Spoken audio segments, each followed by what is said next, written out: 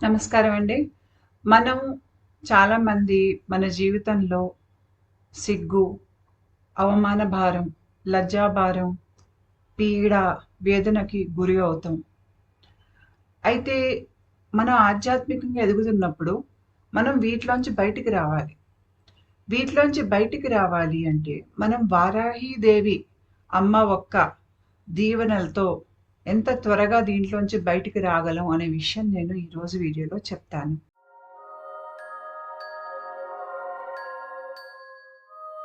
ఆధ్యాత్మిక ప్రయాణము అంటే దాంట్లో మనం గతంలో మనకి జరిగినటువంటి అన్యాయాలు గానీ, మనకి జరిగినటువంటి అవమానం గానీ, మనకి ఉండేటువంటి కోరికలు గానీ, ఇప్పుడు మనలో అహంకారం అనేది రకరకాల రూపాల్లో ఉంటుంది. ఈ అహంకారం మనలో ఉన్నంత కాలం మనలో ఉన్న చైతన్య శక్తి పెరగలేదు. అంటే మన శరీర స్పందన పెరగలేదు.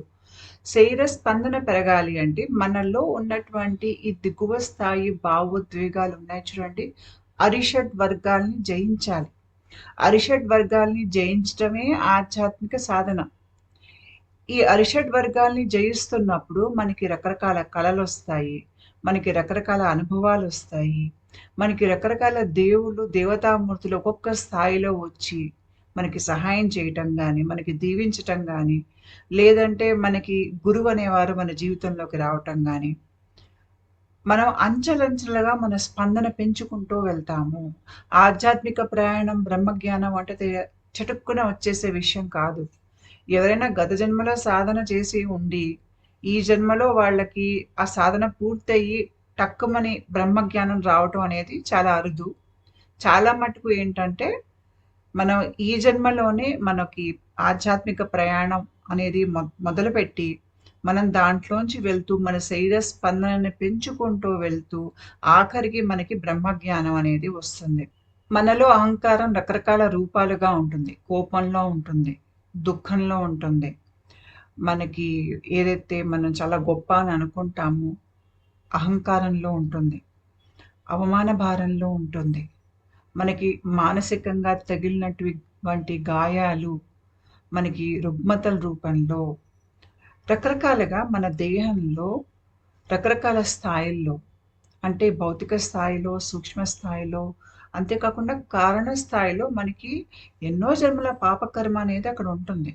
ఇది మనం అంచెలంచెలుగా చాలా త్వరగా 1 లేదా 2, 3 జీవిత కాలాల్లో దీన్ని తీసేస్తున్నాం. తీసేస్తున్నప్పుడు లోపల ఉన్నటువంటి మొత్తం అహంకారం బయటకొస్తున్నప్పుడు మీ దేహంలో రకరకాల మార్పులు జరుగుతాయి. ఆ మార్పులు వలన మీరేంటంటే, మీకు ఆ అనుభవం అవుతున్నప్పుడు మీకది బాధ, దుఃఖంలాగా అనిపించినా, నొప్పిలాగా అనిపించినా, మీకు లోపలున్న అహంకారం మొత్తం శుభ్రపడిపోయాక, అదే మీకు ఆనంద స్థితులుగా మారుతుంది. కానీ ముందు మనం మనలో ఉన్న అహంకారాన్ని తొలగించాలి. ఈరోజు వీడియోలో నేను అవమానం, సిగ్గు, లజ్జాభావం, నేను గొప్ప అనేటువంటి అహంకారం, కోరికలు, మనుషులు సంబంధ బాంధవ్యాలు పెట్టుకునేటప్పుడు కొంతమంది పీడింపబడి ఉంటారు. లేకపోతే కొంతమంది వేరే వాళ్ళని హింసిస్తారు. ఇవన్నీ కర్మలే. ఈ కర్మల్లోంచి బయటికి రావటానికి వారాహీదేవి అమ్మ ఒక దీవెన ఎలాగా అనేది నేను ఈరోజు వీడియోలో చెప్తున్నాను. మనకి తాళు చక్రం అనేది ఉంటుంది. ఇది ఎక్కడుంటుందంటే ఇది విశుద్ధ చక్రం, ఇది ఆజ్ఞ చక్రం. ఈ రెండింటికి నడుమున మనకి లోపల కొండ నాలుక ఉంటుంది కదా! కొండ నాలుక వెనక భాగంలో వెన్నులో అంటే బ్రెయిన్ స్టెమ్ అంటారు ఆ రీజియన్‌ని. అక్కడ మనకి లోపల తాళు చక్రం ఉంటుంది. అక్కడ మనకి అష్టమాత్రికలు ఉంటారు. ఈ అష్టమాత్రికలు మనకి ఈ లోకాన్ని, జీవితాన్ని అనుభవించటానికి ఏదైతే భావోద్వేగాలు అవసరమో అవి అంతా వీళ్ళ ఆధీనంలో ఉంటాయి. మనం ఆధ్యాత్మికంగా ఎదిగి ఈ మాయా జగత్తులోంచి బయటికి రావాలన్నా కూడా మనకి వీళ్ళ సహాయమే కావాలి. అయితే నేను ఈరోజు వారాహి దేవి గురించి మాట్లాడుతున్నాను. నేనిక్కడ బొమ్మలో యారో పెట్టాను చూడండి. ఆవిడే వారాహి దేవి. వారాహి దేవి అమ్మ కృప వలన మనకి ఆధ్యాత్మికంగా మనం పడే బాధలు, కష్టాల నుంచి తొందరగా కోలుకోగలుగుతాం. అంటే చాలా కర్మని తక్కువ స్థాయిలో, తక్కువ సమయంలో అనుభవించి బయటికి రాగలుగుతాం. పైగా ఈ అమ్మ మనల్ని కాపాడుతుంది గూడా. అయితే మీరు వారాహీదేవి ముఖం గనుక చూసినట్టయితే అది చూడటానికి వరాహం యొక్క ముఖం. మీకు వరాహ ముఖము ఎక్కడైతే కనిపిస్తుందో మనం అర్థం చేసుకోవాల్సింది ఈ రూపానికి అర్థం ఏమిటి అంటే ఇది కాపాడేటువంటి శక్తి. మనల్ని అంటిపెట్టుకుని మనల్ని చూసేటువంటి శక్తి. మీకు వరాహ రూపం జ్ఞాన రూపం కూడా అవుతుంది. అంతేకాకుండా వరాహ రూపం మీకు ఎక్కడైతే ఉంటుందో అక్కడ మనకి వరుణుడు ఖచ్చితంగా ఉంటాడు. అంటే నీటికి సంబంధించినటువంటి క్షేత్రం గాని, నీటితో సంబంధించినటువంటి పురాణం గాని, నీటితో సంబంధించినటువంటి ఏదో ఒకటి అక్కడ సంబంధం అయితే ఉంటుంది. అంతేకాకుండా వరాహ రూపం మీరు ముక్కు చూసారంటే ఇట్లా బయటకు వస్తుంది. అంటే ఏంటంటే లోతుగా తవ్వగలిగేటువంటి శక్తి, లోతుగా ఉన్న విషయాలు బయటికి తీయగలిగేటువంటి శక్తి వరాహ రూపంలో మీకు ఉంటుంది. శ్రీ మహావిష్ణువుది కూడా వరాహ రూపం ఉంది మనకి. ఇక్కడ కూడా మీరు చూసారంటే ఈ పురాణంలో మీకు సముద్రం ఉంటుంది. అంటే ఇది మనం కాస్మిక్ ఓషన్ అని అనొచ్చు. ఇక్కడ కాపాడేటువంటి శక్తి శ్రీ మహావిష్ణువుది ఎలా ఉంటుందంటే భూమిని కాపాడేటువంటి శక్తి. అంతేకాకుండా ఇక్కడ శ్రీ మహావిష్ణువు హిరణ్యాక్షుణ్ణి చంపుతాడు. చంపి భూమిని నీటిలోంచి బయటకు తీసుకొస్తాడు. అదే రకంగా మనకి వారాహిదేవి అమ్మ కూడా ఈవిడికి నీటితో సంబంధం ఉంటుంది. మరి ఆ నీరు ఎక్కడ అంటే మన స్వాదిష్టాన చక్రం. స్వాదిష్టాన చక్రం ఒక తత్వం జలతత్వం. ఆవిడ శక్తి అక్కడ చాలా గట్టిగా ముడిపడి ఉంటుంది. అంతేకాకుండా మీరు ఆవిడ రూపం కనుక చూశారు అంటే ఆవిడ ఒక గేదె మీద కూర్చుని ఉంది. ఈ గేదె దేనికి సంకేతం అంటే మనలో ఉన్నటువంటి బద్ధకానికి, మనలో ఉండేటువంటి హింసాతత్వానికి, మనలో ఉన్నటువంటి అజ్ఞానానికి ఇది సంకేతం. వీటన్నిటి మీద ఆవిడకి ఆధిపత్యం ఉంది. వాటిని తొలగించేసేటువంటి శక్తి వీళ్ళలో ఉంది. కాబట్టి ఈవిడకి వాహనం గేదె. అంతేకాకుండా మనం చాలా మటుకు మన పాత ప్రవర్తనలో అట్లా మొండిగా మనం కూరుకుపోయి బతుకుతాం. వాటిలోంచి బయటికి వచ్చి కొత్తగా ఆలోచించడం అనేది చాలా మందికి చేత కాదు. అలా చేయాలి అన్నా మనకి వారాహిదేవి ఒక దీవెన కావాలి. ఈవిడది శక్తి కాపాడే శక్తి. అంటే మనల్ని దుష్ట శక్తుల నుంచి, దుష్ట పూరితమైనటువంటి మనుషుల నుంచి, పరిస్థితుల నుంచి, స్థితుల నుంచి కాపాడగలిగేటువంటి శక్తి ఈవిడకు ఉంటుంది. అంతేకాకుండా మీరు ఆవిడ మూతి ఇట్లా బయటకు వస్తుంది చూడండి. దానికి అర్థం ఏమిటి అంటే మన స్వాదిష్టాన చక్రంలో నీరు ఉంటుంది. మనకి స్వాదిష్టాన చక్రం కింద మనకి మూలాధార చక్రం ఉంటుంది. పైన బొమ్మలో చూడండి మీకు కింద రూట్ చక్ర అని ఉంది. రూట్ చక్ర అంటే మూలాధార చక్రం. దానిపైన సేక్రల్ చక్ర అని ఆరెంజ్ రంగులో ఉంది. అది స్వాదిష్టాన చక్రం. అమ్మకి అక్కడ దాంతో సంబంధం ఉంటుంది. అయితే మీకు స్వాదిష్టాన చక్రం జలతత్వం అయితే మనకి రూట్ చక్ర లేదంటే మూలాధార చక్రం అది భూమి తత్వం ఉంటుంది. కాబట్టి ఇప్పుడు మీరు కాస్త భూమి జలం కలిసాయనుకోండి ఏంటంటే కొద్దిగా మీకు మురికి నీరు బురద నీరు లాగా ఉంటుంది. ఎవరికైనా ఆధ్యాత్మిక సాధన మొదలైనటువంటి అనుభవాలు కనుక వాళ్ళకి కళల రూపంలో కనుక వాళ్ళకి వస్తే చాలాసార్లు వాళ్ళు బురద గుంటలు, బురద నీటిలో పాములు ఇట్లాంటి కళలు చూస్తూ ఉంటారు. అంటే అక్కడ ఏంటంటే స్వాదిష్టాన చక్రంలో శక్తి మేల్కొల్పి ఇప్పుడు అక్కడ శక్తి పనిచేసి అక్కడ ఉన్నటువంటి కర్మని తీసేసేటువంటి సంకేతాలు అన్నమాట ఈ కళలన్నీ. అయితే అమ్మవారి మీరు మూతి చూసారు కనుకంటే ఇలా బయటకు వచ్చి ఉంటుంది. అంటే ఏంటంటే ఈవిడ నీటిలోకి వెళ్ళి అక్కడ ఉన్నటువంటి మకిలిని బయటికి లేదంటే అక్కడ ఉన్నటువంటి కర్మల్ని మన అహంకారాన్ని అక్కడ నుంచి బయటికి పెకిలించి తీయగలిగేటువంటి శక్తి వారాహి దేవి అమ్మది. ఈవిడ మనకి జ్ఞానం ఇస్తుంది. ఎట్లాంటి జ్ఞానం అంటే మనకి ఈ స్వాదిష్టాన చక్రానికి సంబంధించినటువంటి ఏవైతే మానసిక గాయాలు ఉన్నాయో అహంకారం ఆ రూపంలో అక్కడ ఉందో దాంట్లోంచి బయటపడగలిగి మనం పాఠాలు జీవిత పాఠాలు నేర్చుకునేగలిగేటువంటి ఒక శక్తి వారాహిదేవి ఇస్తుంది.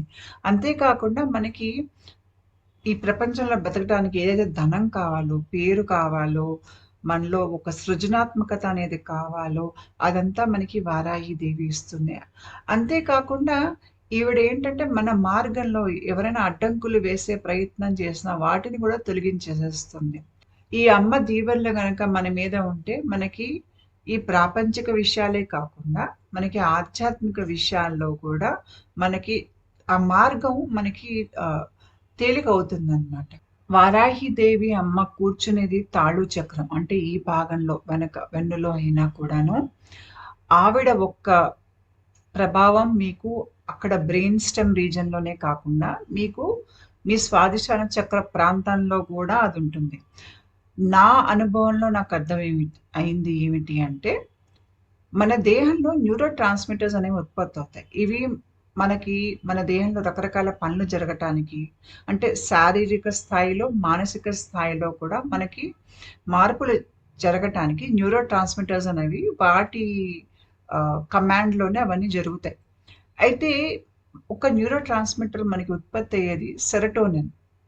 వారాహి దేవి అమ్మ దానికి అధిపతి.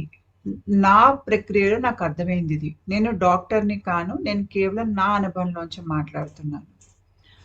మీకు గనక ఏమైనా ఆరోగ్య సమస్యలుంటే దయచేసి కామెంట్ సెక్షన్‌లో నన్ను అడక్కండి. నేను డాక్టర్‌ని కాను. మీరు డాక్టర్‌ని అడగండి.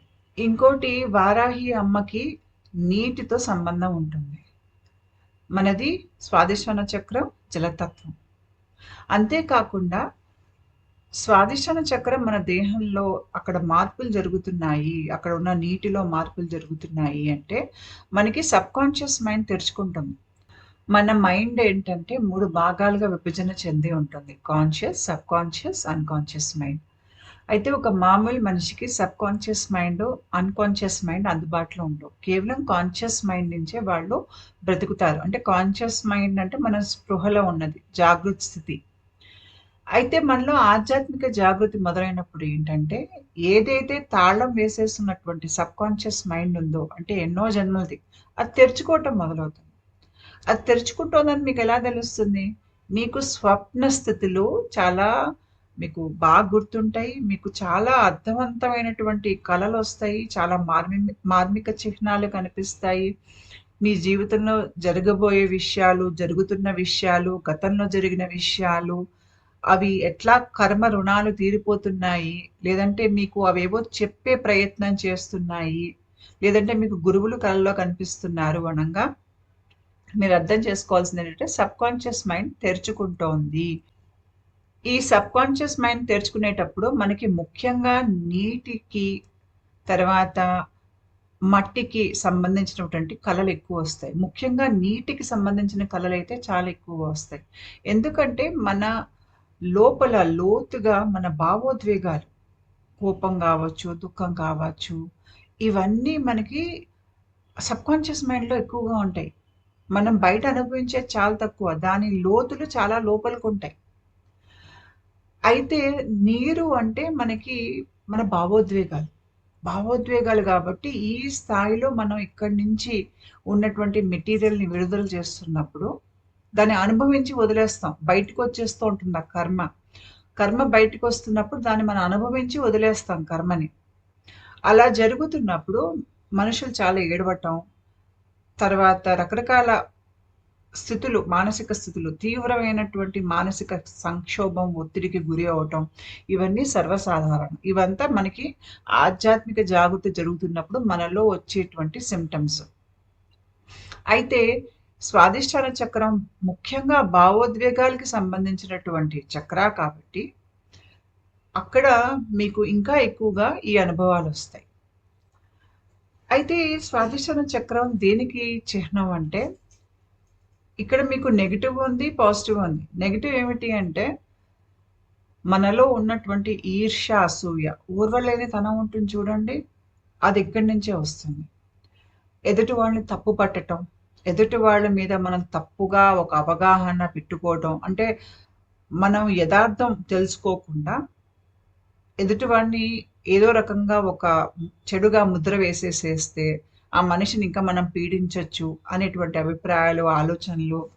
అంతేకాకుండా చాలా కోరిక, కామం, అపరాధ భావం, తీవ్రమైనటువంటి మానసిక వేదన. ఇది ఎట్లాంటి మానసిక వేదన అంటే, చాలా ఏళ్ల తరబడి ఉండేటువంటి మానసిక వేదన.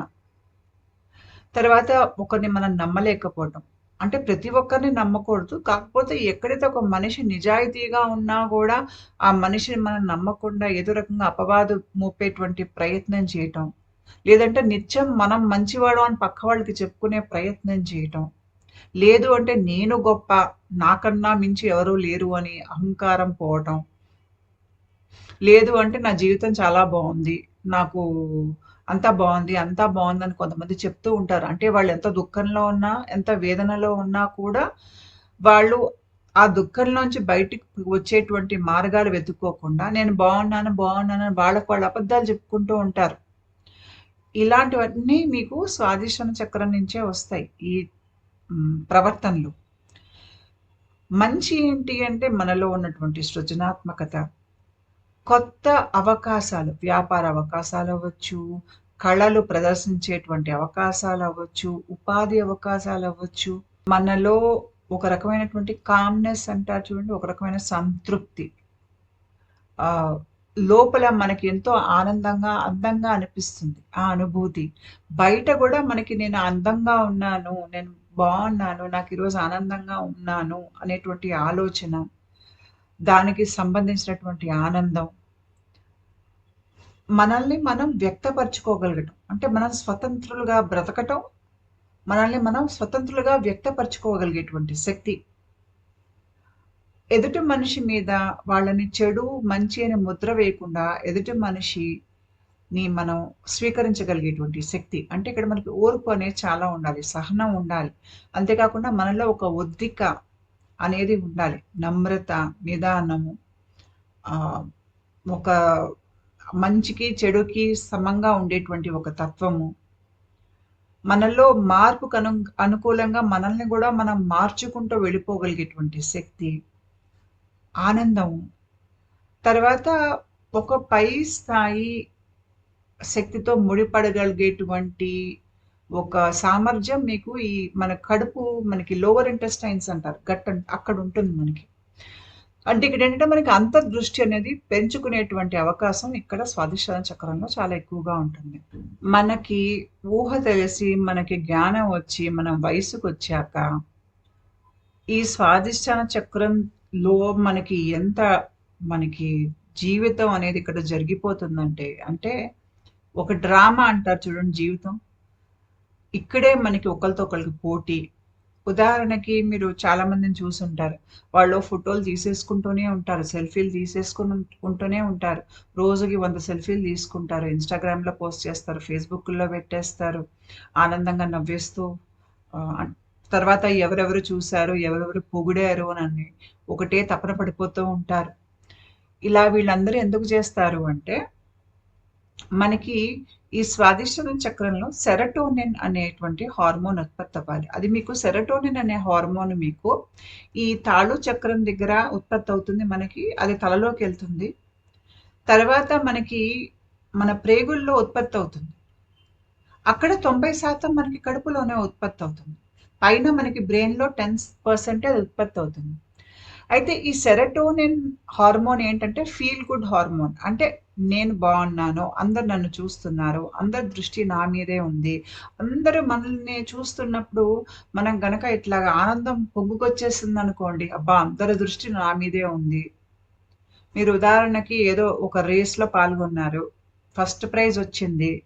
మీరు ఆనందంతో పొంగిపోతారు. ఒకటి గెలుపు. ఇంకోటేంటంటే అందరి దృష్టి మీ మీదే ఉంది గదా! ఆ అందరి దృష్టి మీ మీద ఉన్నందుకు మీరు తబ్బిబ్బయిపోతారు. అదెందుకవుతుంది అంటే మీ కడుపులో సెరటోనిన్ ఉత్పత్తవుతోంది.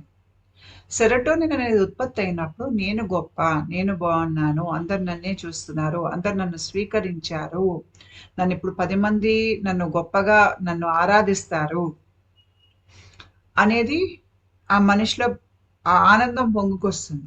అదే గనక ఎవరైనా మనల్ని తిరస్కరించారు, మనల్ని తక్కువ చేసి మాట్లాడారు, మన మీద చెడు ముద్ర వేశారు, మనల్ని ఆహ్, ఎక్కడైనా ఏదో ఎవరితో ఒకళ్ళతో అఫైర్‌లు అంటగట్టి మనని దుర్భాషలాడారు, మన మీద అనవసరంగా నిందలు మోపారు, మనకి దొంగతనం అంటగట్టారు.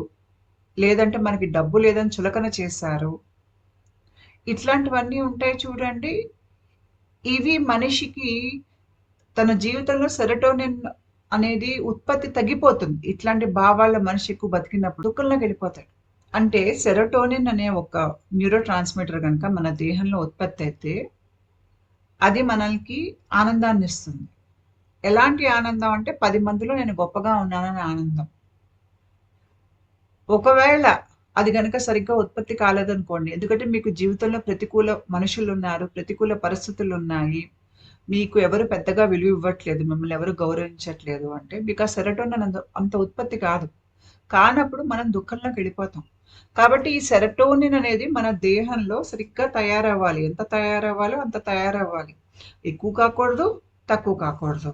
మరీ ఎక్కువైనా కూడా సమస్యే, తక్కువ వచ్చినా సమస్యే. చాలా సార్లు మనకి ఏవైతే కొన్ని స్వప్న స్థితులు, కొన్ని దర్శన స్థితులు మనకు నిజంలా అనిపిస్తాయి చూడండి. అవి తెలుసు మనకి స్వప్నాలని. కాకపోతే అవి నిజంలాగా అనిపిస్తాయి. మనకి ముఖ్యంగా ఆధ్యాత్మిక ప్రయాణంలో మనకి కలలు, దర్శనాలు జరుగుతున్నప్పుడు మనకి ఇది కల అయినా గూడా నిజంలాగా ఉందే అనిపించేటువంటి అనుభవం మనకొస్తుంది. అదెక్కడొస్తుందంటే సెరోటోనిన్ ఉత్పత్తి వలన వస్తుంది. అందుకనే ఆధ్యాత్మిక ప్రయాణంలో మీకు కలలనేవి పెరుగుతాయన్నమాట. మీకు సెరోటోనిన్ అర్థం కావాలి అంటే మీకు ఇంకో 2, 3 ఇస్తాను ఉదాహరణలు. ఎవరో జిమ్‌కెళ్లారు. ఒకటే మని కూర్చొని కసరత్తులన్నీ చేసి బయటకొచ్చి చెయ్యి ఇలా పెట్టుకొని అందరికి చూపించుకుంటారు. నాకు కండలు పెరిగాయని. అవునా? ఎందుకు చేస్తారు? పక్క వాళ్ళు ఆ కండలు చూసి మెచ్చుకున్నప్పుడు వీళ్ళకి ఆనందం. సెరోటోనిన్ ఉత్పత్తి అవుతుంది. అంటే ఇంత కష్టపడింది అందుకోసం. లేదు అంటే ఎవరో చాలా కష్టపడి పెద్ద కారు కొంటారు. ఒక మర్సిడీస్ బెంజ్ కారు కొంటారు. కారు కొనుక్కుంటే ఆనందం వేరు. 10 మంది దాన్ని చూసి కొంతమంది పొగట్టం, కొంతమంది ఈర్ష్య పడటం చూసి ఈ మనిషి ఆనందపడిపోతాడనమాట. ఎందుకు? ఎవరి దగ్గర లేనిది నా దగ్గర ఉంది. నేనిప్పుడు గొప్ప. అందరి దృష్టిలో నేను గొప్పవాడినయిపోయాను. సెరటోనిన్. చాలా మందికి స్తోమత లేకపోయినా అప్పుల పాలయ్యి ఐప్యాడ్‌లు, ఐఫోన్‌లు కొనుక్కుంటారు. అప్పులు చేసి వాళ్ళ స్తోమతకి మించిన పెద్ద పెద్ద విల్లాల్లో అద్దెకుంటారు. స్తోమతకి మించి ఖర్చు చేసే ప్రయత్నంలో ఉంటారు. ఎందుకు? వాళ్ళకి 10 మంది మెచ్చుకోవాలి. మెచ్చుకున్నప్పుడు వాళ్ళకేంటంటే నేను 10 మంది దృష్టిలో గొప్పగా ఉన్నాను అనే ఒక భావన. ఎందుకు అలా వచ్చినప్పుడంటే వాళ్ళ ఒంట్లో ఆ కిక్ సెరటోనిన్ అనే ఒక కిక్ వాళ్ళకి ఒంట్లో వస్తుందనమాట. మీకిప్పుడు సెరటోనిన్ ఏంటో మీకు అర్థమైంది. అయితే ఈ సెరటోనిన్ మనకి దేనితో ముడిపడి ఉంటుంది అంటే మన విలువ. సమాజంలో మన విలువ. మనల్ని గౌరవిస్తున్నారా? గుర్తిస్తున్నారా? అవమానిస్తున్నారా? తిరస్కరిస్తున్నారా? స్వీకరిస్తున్నారా? నన్ను అందగత్తెని అనుకుంటున్నారా? నన్ను తెలివైనదాన్నని అనుకుంటున్నారా? నాకు డబ్బుందని అనుకుంటున్నారా? లేదంటే ఈ అమ్మాయి దేనికి పనికిరాదు తీసి పక్క పడేయొచ్చని అనుకుంటున్నారా? అంటే ఎదుటి వాళ్ళు మీ గురించి ఏమనుకుంటున్నారు? అనేది ఎప్పుడు నిత్యం మనిషి మెదడులో నడుస్తూ ఉంటుంది.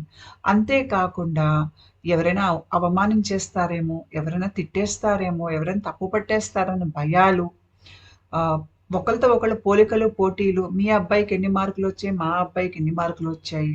ఇవన్నీ సెరటోనిన్ ఇటు, అటు ఎక్కువగా పోటీకెళ్తే మనకి జీవితం ఫ్లక్చుయేట్ అయిపోతూ ఉంటుంది.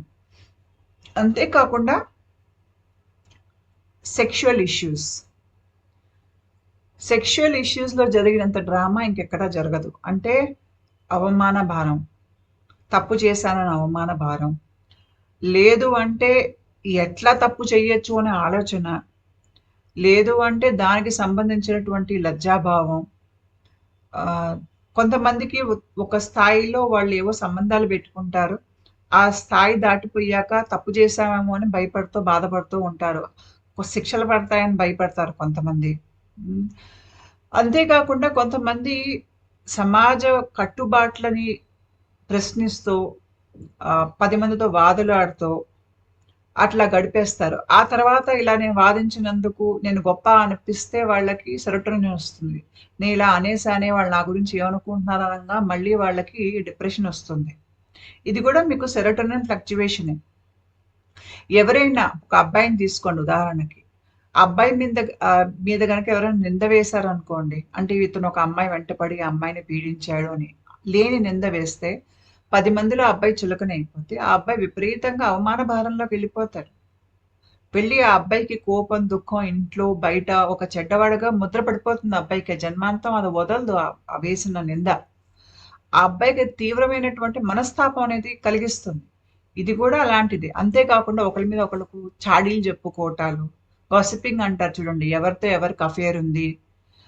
ఎవరో ఆఫీస్‌లో ఇద్దరు మాట్లాడుకుంటే వాళ్ళిద్దరికి లింకులు పెట్టేయటాలు, తప్పుడు ప్రచారాలు చేయటాలు, భర్త భార్యను అవమానించటం, భార్య భర్తను అవమానించటం, 10 మందిలో చులకన చేయటము.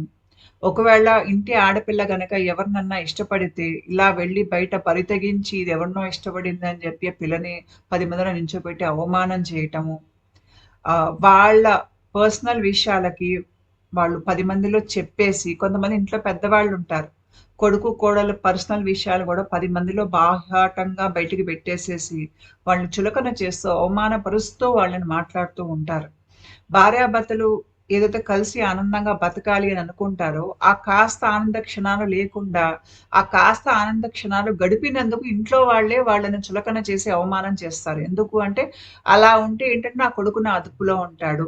వీళ్ళ అంత దగ్గరగా కాకూడదు కొడుకు, కోడలు.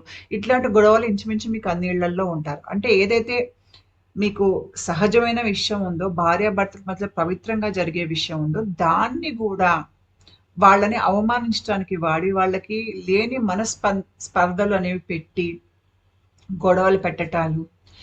ఇంకొంతమంది ఎలా ఉంటారంటే, భర్త భార్యని గాని, లేపోతే ఆ బాయ్ ఫ్రెండ్, గర్ల్ ఫ్రెండ్‌ని గాని వదలరు. అంటే ఎక్కడ కాస్త ఊపిరి పీల్చుకునే సమయం గాని, స్వాతంత్రం గాని ఇవ్వరు. ప్రతి నిమిషం ఫోను జేసి ఎక్కడున్నావు అని అడగటం, ఏం చేస్తున్నావు అడగటం, నిత్యం ఇంకో పని లేనట్టు వాళ్ళ మీదే పడి, వాళ్ళకొక స్వాతంత్రం అనేది లేకుండా వాళ్ళ స్వాతంత్రాన్ని హరించటం. ఇట్లాంటివన్నీ గూడా ఏంటంటే, మనకి అక్కడ ఉన్నటువంటి పార్ట్నర్స్ మధ్యలో వాళ్ళకి కలహాల్ని సృష్టిస్తాయి. సెరోటోనిన్ అనేది ఎక్కువ ఉత్పత్తి అయితే భార్యాభర్తల మధ్యలో ఇద్దరు దగ్గరవుతారు. అదే గనుక సరిగ్గా ఉత్పత్తి కాలేదనుకోండి, ఒకళ్ళొకళ్ళని పీడించుకుంటూ, ఒకళ్ళనొకళ్ళు హింసించుకుంటూ, అవమానించుకుంటూ, అనుమానించుకుంటూ బతికారనుకోండి, సెరోటోనిన్ ఉత్పత్తి తగ్గిపోతుంది. అదిప్పుడు ఎలా ఉంటుందంటే, ఆ సంబంధం ఒకళ్ళనొకళ్ళు పీడించుకునేటువంటి సంబంధం ఉంటుంది. ఒకళ్ళు ఎక్కువ, ఒకళ్ళు తక్కువ. ఎక్కువ ఉన్నవాళ్ళు తక్కువ వాళ్ళని హింసిస్తారు. నువ్వు నాకన్నా తక్కువైనా కూడా నేను నిన్ను పెళ్లి చేసుకున్నాను. లేదు అంటే స్నేహితుల మధ్యలో నేనెక్కువ, నువ్వు తక్కువ. లేకపోతే మనం ఒక పెళ్ళికెళ్తే 10 మందిని పిలిచి ఒకళ్ళని ఎక్కువగా, ఒకళ్ళని తక్కువగా చూస్తుంటారు. ఇట్లాంటివన్నీ మనలో రకరకాల మానసిక బాధ, దుఃఖం అనేది కలగజేస్తాయి. అంటే మీరు గనక ఆ తక్కువ స్థాయిలో ఉంటే గనక మీకది బాధలాగా అనిపిస్తుంది. అదే మీరు గనక ఎక్కువ స్థాయిలో ఉంటే మిమ్మల్ని వాళ్ళు పలకరిస్తే మీకు ఆనందంగా అనిపిస్తుంది. అప్పుడు మనం వేరే వాడిని తక్కువ చూస్తున్నాం అన్న సంగతి మనకి గ్రహింపుకి రాదది మనకి. అంతే కాకుండా చాలామంది పెళ్ళిల్లో గానీ, ప్రేమలో గానీ మోసపోవటాలు, వాళ్ళు పీడ, వేదనకి గురి అవ్వటం అంటే మానసిక వేదన, శారీరక క్షోభ, తర్వాత 10 మందిలో అవమానము, ధనాన్ని కోల్పోవటము, పరువుని కోల్పోవటం ఇవన్నీ గూడా మన సెరోటోనిన్ మీద చాలా దాని ప్రభావం ఉంటుంది. అంతే కాకుండా మనకి మన మీద మనకి నమ్మకం, మన రూపం మీద, మన మనస్థైర్యం అంటారు చూడండి. మనకది ఉండటం. నేనేంటో నాకు తెలుసు. నా అర్హత ఎదుటి మనిషి నిర్ణయించడు. నా అర్హత నేను నిర్ణయించుకుంటాను అనేటువంటి ఒక బలమైనటువంటి ఒక దృక్పథం ఏదైతే ఆ మనిషిలో ఉంటుందో, ఆ బలం గూడా మనకిక్కడి నుంచే వస్తుంది. అయితే మీకు నిత్యం మీరు సంబంధ బాంధవ్యాలు చూసారంటే ఒకళ్ళు ఎక్కువ, ఒకళ్ళు తక్కువ ఉంటారు. అలా ఉన్నప్పుడేంటంటే, ఒకళ్ళు పీడించే వాళ్ళుంటారు, ఒకళ్ళు బాధపడే వాళ్ళుంటారు. అప్పుడప్పుడు రోల్స్ రివర్స్ అయిపోతూ ఉంటాయి. ఉదాహరణకి భర్త భార్యని కొట్టాడనుకోండి, ఇతను పీడించేవాడవుతాడు, భార్య బాధితురాలవుతుంది. ఆ భార్య వెళ్లి 10 మందిలో నించోబెట్టి భర్తని చులకన చేసిందనుకోండి నన్ను కొట్టాడు అని. అప్పుడు ఈవిడ పీడించేదవుతుంది, ఆయన పీడింపబడ్డవాడవుతాడు. ఆ పరిస్థితిలో. అయితే ఇలా ఒకళ్ళనొకళ్ళు వాళ్ళు రోల్స్ రివర్స్ అవుతూ ఒకళ్ళు ఇది, ఒకళ్ళు అది అవుకుంటూ అంటే మీకిక్కడ ఏంటంటే బేసిక్‌గా ఇనీక్వాలిటీ అనేదుంటుంది. ఆ ఇనీక్వాలిటీ పైకి, కింద అలాగా వెళ్తున్నప్పుడు ఏమవుతుందంటే మనకి సెరోటోనిన్ లెవెల్స్ మనకి అలాగా ఒక రకంగా మన దేహంలో ఉత్పత్తి కావు. అవి కూడా ఫ్లక్చుయేట్ అవుతూ ఉంటాయి. మీకు సెరటోనిన్ తగ్గిపోతే డిప్రెషన్‌లోకి వెళ్ళిపోతాము. దుఃఖంలోకి వెళ్ళిపోతాము. సెరటోనిన్ పెరిగితే గనక అది ఇంకో రకంగా చాలా ఆనందంగా లాగా మనకి ఉక్కిరిబిక్కిరైపోతాము.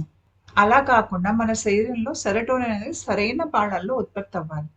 అలా ఉత్పత్తి అయినప్పుడు అంటే అలా ఉత్పత్తి అవ్వాలి అంటే ఇక్కడ ఒక రకంగా చెప్తాను. ఎవరైతే బ్రహ్మచర్యం పాటిస్తారో, ఎవరైతే వాళ్ళు జీవితంలో వేరే ఒక పార్ట్నర్ లేరో, వాళ్ళ వరకు వాళ్ళు చాలా స్థైర్యంగా, ధైర్యంగా వాళ్ళు చక్కగా బతుకుతున్నారో సరైన మార్గంలో, వాళ్ళకి సెరటోనిన్ ఫ్లక్చుయేషన్స్ అంత రావు. ముఖ్యంగా ఆధ్యాత్మిక పదంలో ఎవరైతే బ్రహ్మచర్యం పాటిస్తున్నారో, తేలిగ్గా పాటించగలుగుతున్నారో, ఎవరికైతే వేరే వాళ్ళతో పోటీలు, పోలికలు లేవో, ఎవరైతే అనవసరపు మనుషుల్ని జీవితంలోంచి బయట పెడుతున్నారో, ఇట్లాంటి వాళ్ళకి సెరోటోనిన్ బాగా ఉత్పత్తవుతుంది. అది దానివల్ల వాళ్ళు బాగా ఆధ్యాత్మికంగా ఎదుగుతారు. అయితే మనకి సెరోటోనిన్ అనేది మన దేహంలో బాగా ఎప్పుడు ఉత్పత్తవుతుందంటే, మనం మన జీవితంలో ఉన్నటువంటి మనల్ని పీడించేటువంటి పరిస్థితుల నుంచి, మనుషుల నుంచి మనల్ని మనం దూరం పెట్టుకొని, ఒక రేఖ గీసుకోవాలి మనం మన చుట్టూ. ఇట్లాంటి వాళ్ళని నేను నా జీవితంలోకి ఎట్టి పరిస్థితుల్లో రానివ్వను.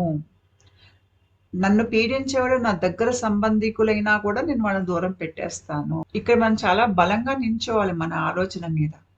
అంతే కాకుండా నా దగ్గరున్న డబ్బుని గానీ, లైంగిక సంబంధాల్ని గానీ, లేదంటే భయం వల్ల గానీ, ఏ రకంగానూ ఎదుటి మనిషిని ఏమార్చే ప్రయత్నం చేయకూడదు. చాలామంది భార్యాభర్తలు పెళ్లిలోనే వాళ్ళు వాళ్ళ మధ్య జరిగేటువంటి శారీరక సంబంధాన్ని ఒక వ్యాపార ప్రక్రియగా వాడుకుంటూ ఉంటారు. అంటే నువ్వు నా మాట వింటేనే, నేను చెప్పింది చేస్తేనే నేను దగ్గర రానిస్తాను, లేకపోతే దూరం పెట్టేస్తాను.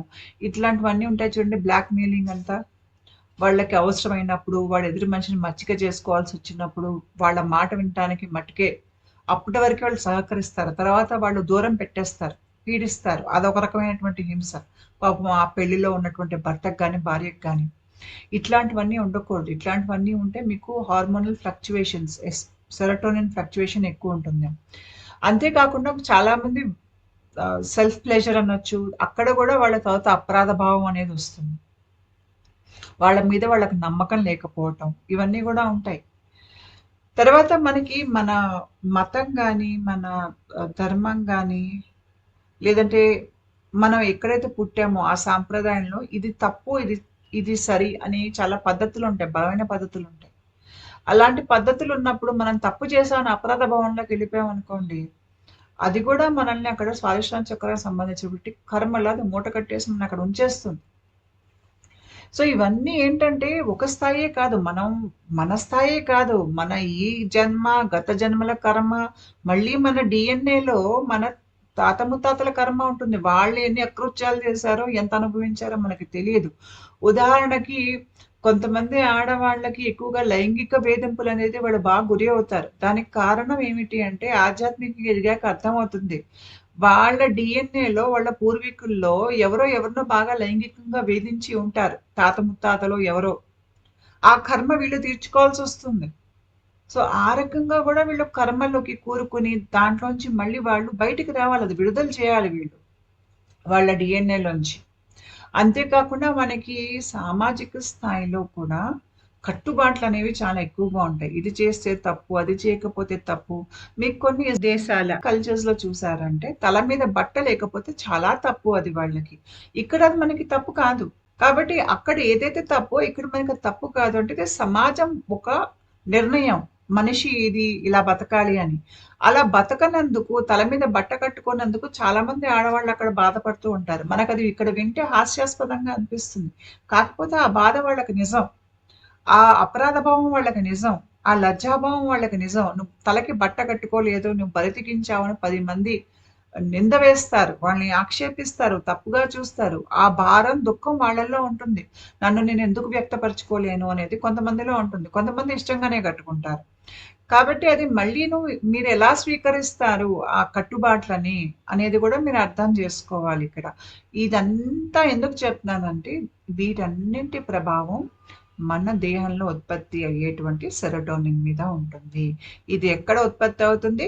స్వాదిష్టాన చక్ర భాగంలో మనకి ఎక్కువగా అక్కడే ఉత్పత్తి అవుతుంది. చాలా మంది ఎవరైతే జీవితంలో చాలా దుఃఖాన్ని అనుభవించి ఉంటారో, వాళ్ళ మీద వాళ్ళకి నమ్మకం లేదో, వాళ్ళ తల్లిదండ్రులు వాళ్ళని పెంచేటప్పుడు "నువ్వు దేనికి పనికిరావు, దేనికి కొరకావు, నీకు విలువ లేదు, నీకిది చేత కాదు" అని ఒక వాళ్ళ మీద వాళ్ళకి నమ్మకం లేకుండా పెంచుతారు.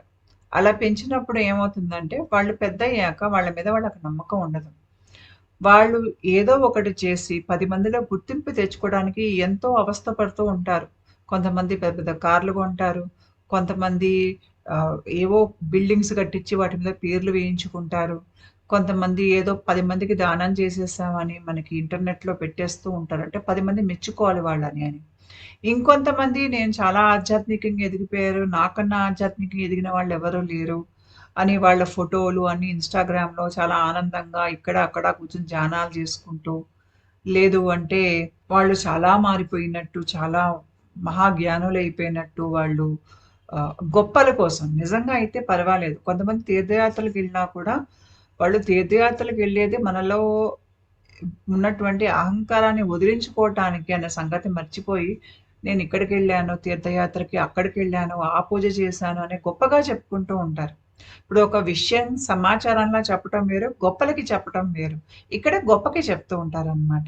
ఇదంతా టిపికల్‌గా మీకు సెరోటోనిన్ ప్రొడక్షన్ ఒంట్లో వాళ్ళకేంటంటే మామూలుగా ఉత్పత్తి కావట్లేదు. ఇట్లా అవుతున్నప్పుడు వాళ్ళకి ఎక్కువ ఉత్పత్తి ఆనందం అనిపిస్తుంది. అందుకనే వాళ్ళు సోషల్ గ్రూప్స్‌లోకి కూడా వస్తారు. ఒకళ్ళనొకళ్ళు పొగుడుకుంటూ ఉంటారు. నువ్వు గొప్ప అంటే నువ్వు గొప్ప అని. ఎందుకంటే వాళ్ళు సెరోటోనిన్ ఉత్పత్తి అవుతుంది. ఒక రకంగా అది మంచిదే. అదొక ఆనందకరమైనటువంటి పరిస్థితి అదక్కడ. అయితే ఎవరికైతే ఇట్లా చిన్నప్పుడు వాళ్ళ మీద వాళ్ళకి నమ్మకం లేకుండా పెరుగుతారో మీరు గనక ఈ మధ్యన చూసారంటే చాలా మంది ప్లాస్టిక్ సర్జరీస్ చేసుకుంటున్నారు. ఎందుకు అంటే ముఖ్యంగా సినిమాల్లో నటించేవారు, లేకపోతే బాగా డబ్బుంది, నేనెప్పుడూ అందంగానే ఉండాలి, అందం పిచ్చి ఉన్నవాళ్ళు, 10 మంది నన్ను అందంగా ఉన్నానని మెచ్చుకోవాలనుకునేవాళ్ళు, వీళ్ళంతా ప్లాస్టిక్ సర్జరీలు చేయించుకుంటూ ఉంటారు. వాళ్ళు చాలా ధన నష్టాన్ని, చాలా నొప్పిని, బాధని భరించి ఒక రిస్క్ తీసుకోవాలక్కడ మీరు. ఆ రిస్క్ తీసుకొని ప్లాస్టిక్ సర్జరీలు చేయించుకుంటూ ఉంటారు. ఎందుకు అంటే తర్వాత నేనింకా అందంగా బాగా తయారైతే అందరూ నన్నింకా మెచ్చుకుంటారు. ఒకవేళ మెచ్చుకోలేదనుకోండి, ఎవరైనా వచ్చి ఇక్కడ చిన్న ముడత వచ్చిందని అన్నారనుకోండి, మళ్ళీ దుకాణంలోకెళ్ళిపోతారు. మళ్ళీ వెళ్లి ఇంకో ప్లాస్టిక్ సర్జరీ చేయించుకుంటారు. సో, మనకిక్కడ ఎంతవరకు మనం ఆహ్, వెళ్ళగలం ముందుకి, ఎంత రిస్క్ తీసుకోగలం, ఎంత తీసుకోకూడదు, ఏది మంచి, ఏది చెడు అనే విచక్షణ ఉంది చూడండి. Especially risk behaviour, risk taking behaviour. అంటే 10 మందిలో గొప్పలు పోవటానికి అప్పుల పాలైపోవటం. అప్పుల పాలైతే రిస్క్ ఎక్కువ తీసుకుంటున్నారు జీవితంలో. అది మంచిది కాదు. నేను ఎంత గొప్పలు కొట్టాలి, ఎంత కొట్టకూడదు, ఎలా బతకాలి అనేది అక్కడ మనిషి అర్థం చేసుకోవాలి. అలా అర్థం చేసుకుంటే మనిషి ఎక్కువ రిస్క్ తీసుకోడు. అంటే సెరోటోనిన్ గనుక మీ దేహంలో సరిగ్గా ఉత్పత్తి అయితే మీరు కాస్త ప్రాక్టికల్‌గా ఉంటారు. ఉండి మీరు ఎక్కువగా రిస్కులు తీసుకోవడం లాంటి పనులు చేయరు. ఉన్నది ఉంటే చాలు. ఆనందం, సంతృప్తి అనేది ఉంటుంది. ఇక్కడ మీకు సెరోటోనిన్ ఉత్పత్తి అవుతోందా లేదా అనే దాని మీద, సరిగ్గా ఎంత ఉత్పత్తి అవుతోంది అనే దాని మీద కూడా మీకు మీ జీవితంలో వచ్చేటువంటి ఒక సుఖం గాని, దుఃఖం గాని గట్టిగా ముడిపడి ఉంటాయి. మన ఈ సెరోటోనిన్ మనకి ముందు నుంచి ఎందుకు నియంత్రణలో లేదు? మన ఆధ్యాత్మిక ఎదుగుతున్నప్పుడే ఎందుకది నియంత్రణలోకొస్తుంది? ముఖ్యంగా బాగా ఆధ్యాత్మిక ఎదిగిన వారిని గనుక మీరు చూసారు అంటే, వాళ్ళు ఎదుటి వాళ్ళు పొగుడుతారని ఒక పని చేయరు. ఎదుటి వాళ్ళు తిరస్కరించినా వాళ్ళు పట్టించుకోరు. ఎందుకంటే వాళ్ళలో మానసిక స్థైర్యం చాలా ఎక్కువగా ఉంటుంది. వాళ్ళు 10 మంది గొప్పలకి ఏ పని చేయరు. వాళ్ళకి చెయ్యాలనిపిస్తే, ఆనందంగా అనిపిస్తే చేస్తారు. అంతే తప్ప నన్ను వాళ్ళు మెచ్చుకున్నారు, వీళ్ళు నన్ను అవమానించారు అని మెచ్చుకున్నప్పుడు పొంగిపోవటం, అవమానించినప్పుడు కృంగిపోవటం లాంటిది వీళ్ళకుండదు. వీళ్ళు పట్టించుకోరు అవన్నీ. ఎప్పుడు పట్టించుకోరు అంటే, మనకి మన ప్రేగుల్లో ఈ సెరోటోనిన్ గనక సరైన పాళ్ళలో ఉత్పత్తి అయితే, మనకి మన మీద, మన మానసిక స్థైర్యం మీద, మన విలువ మనమే నిర్ణయించుకుంటాం అన్న సంగతి మనకు బాగా అర్థమవుతుంది. ఇక్కడ విచక్షణ పనిచేస్తోంది. అలాంటప్పుడు ఇంక మీకు బయట విషయాలు మీ లోపల సెరోటోనిన్ ఫ్లక్చుయేషన్స్ అంటే సెరోటోనిన్ ఉత్పత్తిలో మార్పులుంటాయి చూడండి. ఎక్కువ, తక్కువ ఇట్లాంటివి మీకు బయట జరిగే విషయాల నుంచి మీకది జరగదనమాట. దానివల్ల మీరెప్పుడు ఒక ఆనందకరమైనటువంటి, సంతృప్తికరమైనటువంటి జీవితం బతుకుతారు. కానీ మనం ఎవరం అలా పుట్టము. మనం ఆధ్యాత్మికంగా ఎదుగుతున్నప్పుడు ముందు మనం ఆ దశకి రావాలి. ఆ దశకి రావటానికి మనం వారాహిదేవి అమ్మ దీవెనలు మనకి బాగా పనికొస్తాయి. ఎందుకంటే సెరటోనిన్ ఉత్పత్తి అనేది ఆవిడ చేతుల్లోనే ఉంటుంది. మరి ఈ సెరటోనిన్ మనకి ఈ జన్మ నుంచే వచ్చిందా? గత జన్మల నుంచి వచ్చిందా? అంటే ఈ neuro transmitters dopamine, serotonin, oxytocin ఇవన్నీ మనకి జంతువుల్లో కూడా ఉత్పత్తవుతాయి. పక్షుల్లో ఉత్పత్తవుతాయి. మీకు ఎవరైనా తీసుకొచ్చి పూలిచ్చారనుకోండి, మీరు చాలా ఆనందపడిపోతారు. ఎందుకు? ఆ పూలు మన దేహంలో ఈ న్యూరో ట్రాన్స్‌మిటర్స్ అన్నిటిని ఉత్పత్తి చేస్తాయి. ఇప్పుడు ఆడవాళ్ళకి తీసుకెళ్ళి ఎవరైనా పూలిస్తారు. ఎందుకు? ఆ పూలు చూడంగానే ఆవిడ దేహంలో సెరటోనిన్ ఉత్పత్తవుతుంది. ఆనందం వచ్చేస్తుంది. మీ మీద ప్రేమొచ్చేస్తుంది. ఆ సెరటోనిన్ హార్మోన్ ఉత్పత్తవ్వటానికి, వాళ్ళలో ఆనందం రావటానికి మనం ఆడవాళ్ళకి పూలిస్తాం. అంతే గాకుండా మగవారికి గూడా ఏదైనా వాళ్ళు గొప్ప పని చేస్తే వాళ్ళకి దండలు వేస్తాం. ఆడవాళ్ళకైనా, మగవాళ్ళకైనా. చివరికి మన దేవుళ్ళకి కూడా మనం పూలను సమర్పిస్తాం. ఎందుకు? పూలకి మన దేహంలో ఈ న్యూరో ట్రాన్స్‌మిటర్స్‌ని ఉత్పత్తి చేయగలిగేటువంటి శక్తి ఉంటుంది. ఇప్పుడు మీరు పక్షుల్ని చూసారనుకోండి, అవి 2 దగ్గరికొచ్చి గూడు కట్టుకోవాలి. లేదు అంటే మగ పక్షి, ఆడపక్షిని ఏదో రకంగా మెప్పించి అది దాని జీవిత భాగస్వామిని చేసుకుని, దాంతో కలిసి గూడు కట్టుకోవాలని విశ్వ ప్రయత్నాలు, నానా ప్రయత్నాలు చేస్తుంది. ఆ ఆడపక్షి ముందు నాట్యాలాడుతుంది. ఆడపక్షికి ఏవో బహుమతులు తీసుకెళ్ళిస్తుంది.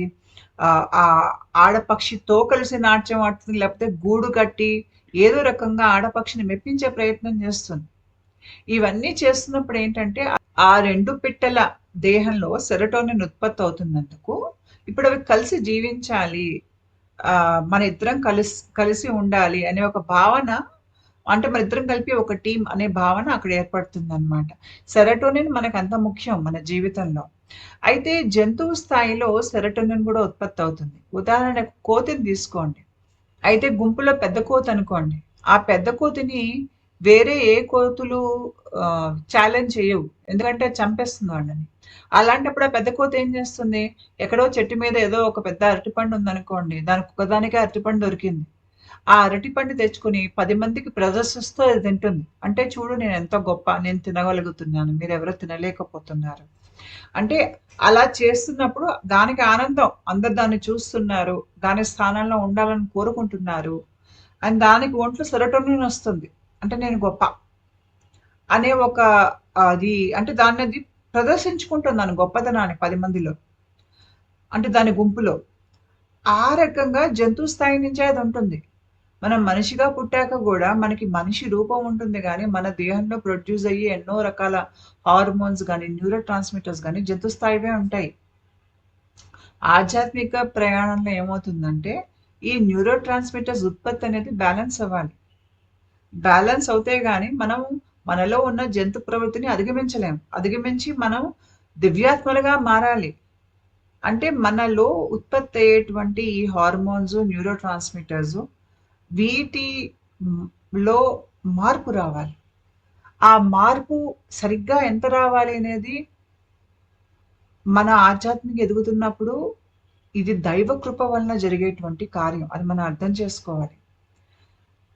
మన దేహంలో సెరటోనిన్ సరిగ్గా ఉత్పత్తి అయ్యి, సెరటోనిన్ సరిగ్గా పనిచేసి, మనల్ని గతంలో జరిగినటువంటి నేను చెప్పాను చూడండి, మనకి స్వాదిష్టాన చక్రానికి సంబంధించి ఎన్నో ఇష్యూస్ ఉంటాయని. దాంట్లోంచి బయటపడాలి అంటే, మనకి తేలిక మార్గం వారాహిదేవి అమ్మ కాళ్ళు పట్టుకోవటం. ఎవరికైనా గతంలో ఇట్లా లజ్జాభావం, అవమాన భారం, లైంగిక వేధింపులకి గురైన వాళ్ళు, లేదంటే వాళ్ళ జీవితంలో ఏవో వాళ్ళు జరగరాని విషయాలు జరిగిపోయాయని దుఃఖంలో ఉన్నవాళ్ళు, లేకపోతే వాళ్ళ తల్లిదండ్రులకు అట్లాంటి విషయాలు జరిగి, వాళ్ళకది ఇంకా తెలిసి దాంట్లోంచి కూడా వాళ్ళ కర్మలోంచి వాళ్ళు బయటికి రావాలనుకున్న వాళ్ళు, వీళ్ళంతా వారాహిదేవి అమ్మ ఆశీస్సులు గనక తీసుకుంటే చాలా త్వరితగతిలో దాంట్లోంచి బయటకొస్తారు. ఎందుకంటే ఈ భావాలన్నిట్లోంచి మనం బయటికి రావాలంటే మన దేహంలో సెరటోనిన్ అనేది సరిగ్గా ఉత్పత్తి అవ్వాలి. అది సరిగ్గా కొంతకాలం ఉత్పత్తి అయిందంటే ఇవన్నీ పోతాయి. ఈ బాధలు, ఈ లజ్జాభావం, అవమాన భారం అన్నీ పోతాయి మీకు. ఇలా తీసి పడేసినట్టు అయిపోతాయి మీకు. అది మనం సొంతంగా చేసుకునే దానికంటే గూడా మనకి ఎక్కువ కాలం పట్టొచ్చు సొంతంగా. అదే గనుక వారాహిదేవి అమ్మ దీవెన గనుక ఉంటే తొందరగా అవుతుంది. అయితే కొంతమంది మనం అనుభవంలో చూస్తాం. మనకి అవసరం లేకపోయినా సలహాలిచ్చేయటాలు. లేదంటే ఆచార వ్యవహారాలని మన మీద ఒత్తిడి చేయటాలు అవసరం లేకపోయినా కూడా. లేదంటే నేను సరి చెప్తున్నానని వాదించటాలు. అంటే వాళ్ళు సరిగ్గా చెప్తుంటే అది వేరే సంగతి గానీ, తెలిసి తెలియకుండానే నాకన్నీ తెలుసు అని మాట్లాడేవాళ్ళు. ఇలాంటి వాళ్ళందరూ గూడా ఏదో రకంగా ఎదుటి మనిషిని వాళ్ళు అదుపులో పెట్టుకునే ప్రయత్నంలో చేస్తున్నారు. ఇలాంటి వాళ్ళ సమక్షంలో గూడా మనకేంటంటే, మన మీద మనకి నమ్మకం లేని ఒక పరిస్థితి ఏర్పడుతుంది అనవసరంగా. దీని మూలంగా గూడా మన దేహంలో సెరటోనిన్ ఉత్పత్తి అనేది తగ్గుతుంది. మనం ఎక్కువగా దుఃఖంలోకెళ్తాం, బాధలోకెళ్తాం. కాబట్టి మన చుట్టుపక్కల పరిస్థితులు, మన చుట్టుపక్కల ఉన్నటువంటి మనుషులు, మన దేహంలో ఎంత ఉత్పత్తి అవుతుంది సెరోటోనిన్ అనేది మనం ఎంతసేపటికి బయట వాళ్ళని మెప్పించే ప్రయత్నంలో, లేపోతే ఎదుటి వాళ్ళు మనల్ని తూలనాడతారేమో, తప్పుపడతారన్న భయంలో మనం బతికినప్పుడు, ఈ సెరోటోనిన్‌లో మనకి మార్పులనేవి జరుగుతాయి మన దేహంలో. అంటే బయట పరిస్థితులు మారినప్పుడు మన దేహం లోపల సెరోటోనిన్ ఉత్పత్తి ఇటు, అటు అవ్వటం లాంటిది జరుగుతుంది. అదే గనక మనం బయట విషయాలు పట్టించుకోకుండా, బయట ఎవరేమనుకున్నా బేఖాతరుగా, మనం ఏది సరో అది చేస్తూ, మన మీద మన నమ్మకంతో బతికినప్పుడు, మన దేహంలో సెరటోనిన్ అనేది సరిగ్గా ఉత్పత్తవుతుంది. మన మెదడు ఎలా పనిచేస్తుందో మనం అర్థం చేసుకోవాలి. సెరటోనిన్‌కిను మనం పడే భయం, దాని తీవ్రత, దాని ప్రభావం సెరటోనిన్ మీద ఎలా ఉంటుంది అనేది మనం అర్థం చేసుకోవాలిక్కడ. అయితే మనం బయట నుంచి ఏదో ఒక విషయాన్ని మనం చూస్తున్నప్పుడు ఆ విషయం, ఆ సమాచారం మన తలలో అమిగ్డాలా అనేది ఉంటుంది. ఇక్కడ మొదటి బొమ్మలో చూడండి అమిగ్డాలా. సమాచారం దానికి వెళ్తుంది. దానికి బయట ఏదైనా భయంకరమైన విషయం కనిపించిందనుకోండి, అప్పుడు అమిగ్డాలా ఒక డిస్ట్రెస్ సిగ్నల్ అంటే ఏదో ప్రమాదం పొంచి ఉంది, ప్రమాదం నుంచి తప్పించుకో అనేటువంటి ఒక సిగ్నల్ రూపంలో మనకి తలలో ఇస్తుంది. లేకపోతే మనకి ప్రమాదం అని తెలీదు. ఉదాహరణకి మనం ఒక పెద్ద పులి ముందు నించున్నాం అనుకోండి, వెంటనే అది స్ట్రెస్‌లోకెళ్ళిపోతుంది. సిగ్నల్ ఇస్తుంది ప్రమాదం పారిపో అని. అలా మనకి సిగ్నల్ రాంగానే హైపోథాలమస్ ఉంటుంది. రెండో బొమ్మలో చూడండి. హైపోథాలమస్ దీంట్లో మీకు మార్పులు జరుగుతాయి. అది అది బజ్‌మంటుంది తర్వాత. అది పిట్యూటరీ గ్లాండ్‌కి సిగ్నల్ పంపిస్తుంది. పంపించినప్పుడు పిట్యూటరీ గ్లాండ్ ఒక సంబంధం దాంట్లోంచి వచ్చేటువంటి హార్మోన్ సంబంధం మన కిడ్నీస్ పైన అడ్రినల్ గ్లాండ్స్ అనేవి ఉంటాయి. ఇక్కడ మొదటి బొమ్మలో చూడండి. కిడ్నీ పై భాగంలో కిడ్నీ ఆకారంలోనే మీకు చిన్న గ్లాండ్స్ ఉన్నాయి. Adrenal gland. ఆ గ్రంథుల్లోంచి మీకు అడ్రినలిన్ అనేది ఉత్పత్తి అవుతుంది. ఈ అడ్రినలిన్ ఏం చేస్తుందంటే మీ శరీరంలో మార్పులు తెస్తుంది. ముఖ్యంగా దీని ప్రభావం సింపథెటిక్ నర్వస్ సిస్టమ్ మీద ఉంటుంది. అంటే మీరు పెద్ద పులిని పోరాడలేరు కాబట్టి మీరు పారిపోవాలి. Fight and flight mechanism. పారిపోతావా? గొడవ పెట్టుకుంటావా?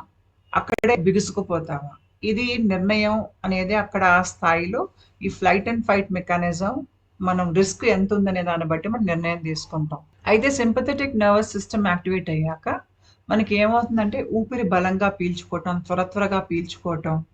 ఎందుకంటే ఇప్పుడు మనకి ఆక్సిజన్ ఎక్కువ కావాలి పరిగెత్తటానికి. మన దేహంలో కండరాల్లో మార్పు జరుగుతుంది. బిగుసుకుంటాయి. అంటే మీరు పరిగెత్తాలి గదా మరి.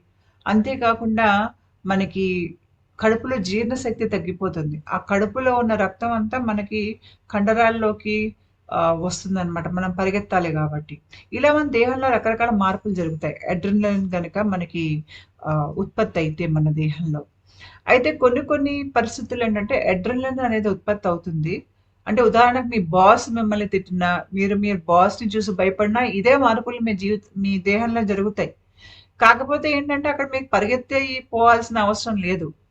లేకపోయినా గూడా అప్పుడేమవుతుంది మీకు ఊపిరి త్వరగా పీల్చుకోవటం, తలలోంచి చెమటలు కారటం, చేతులు కాళ్ళంతా చెమటలు పట్టేయటం. అంటే అనవసరంగా సింపథెటిక్ నర్వస్ సిస్టమ్ యాక్టివేట్ అయిపోయింది మీలో ఉన్న భయానికి. అంటే మీరేంటంటే బాస్‌ని భయంతో ముడిపెట్టుకున్నారు.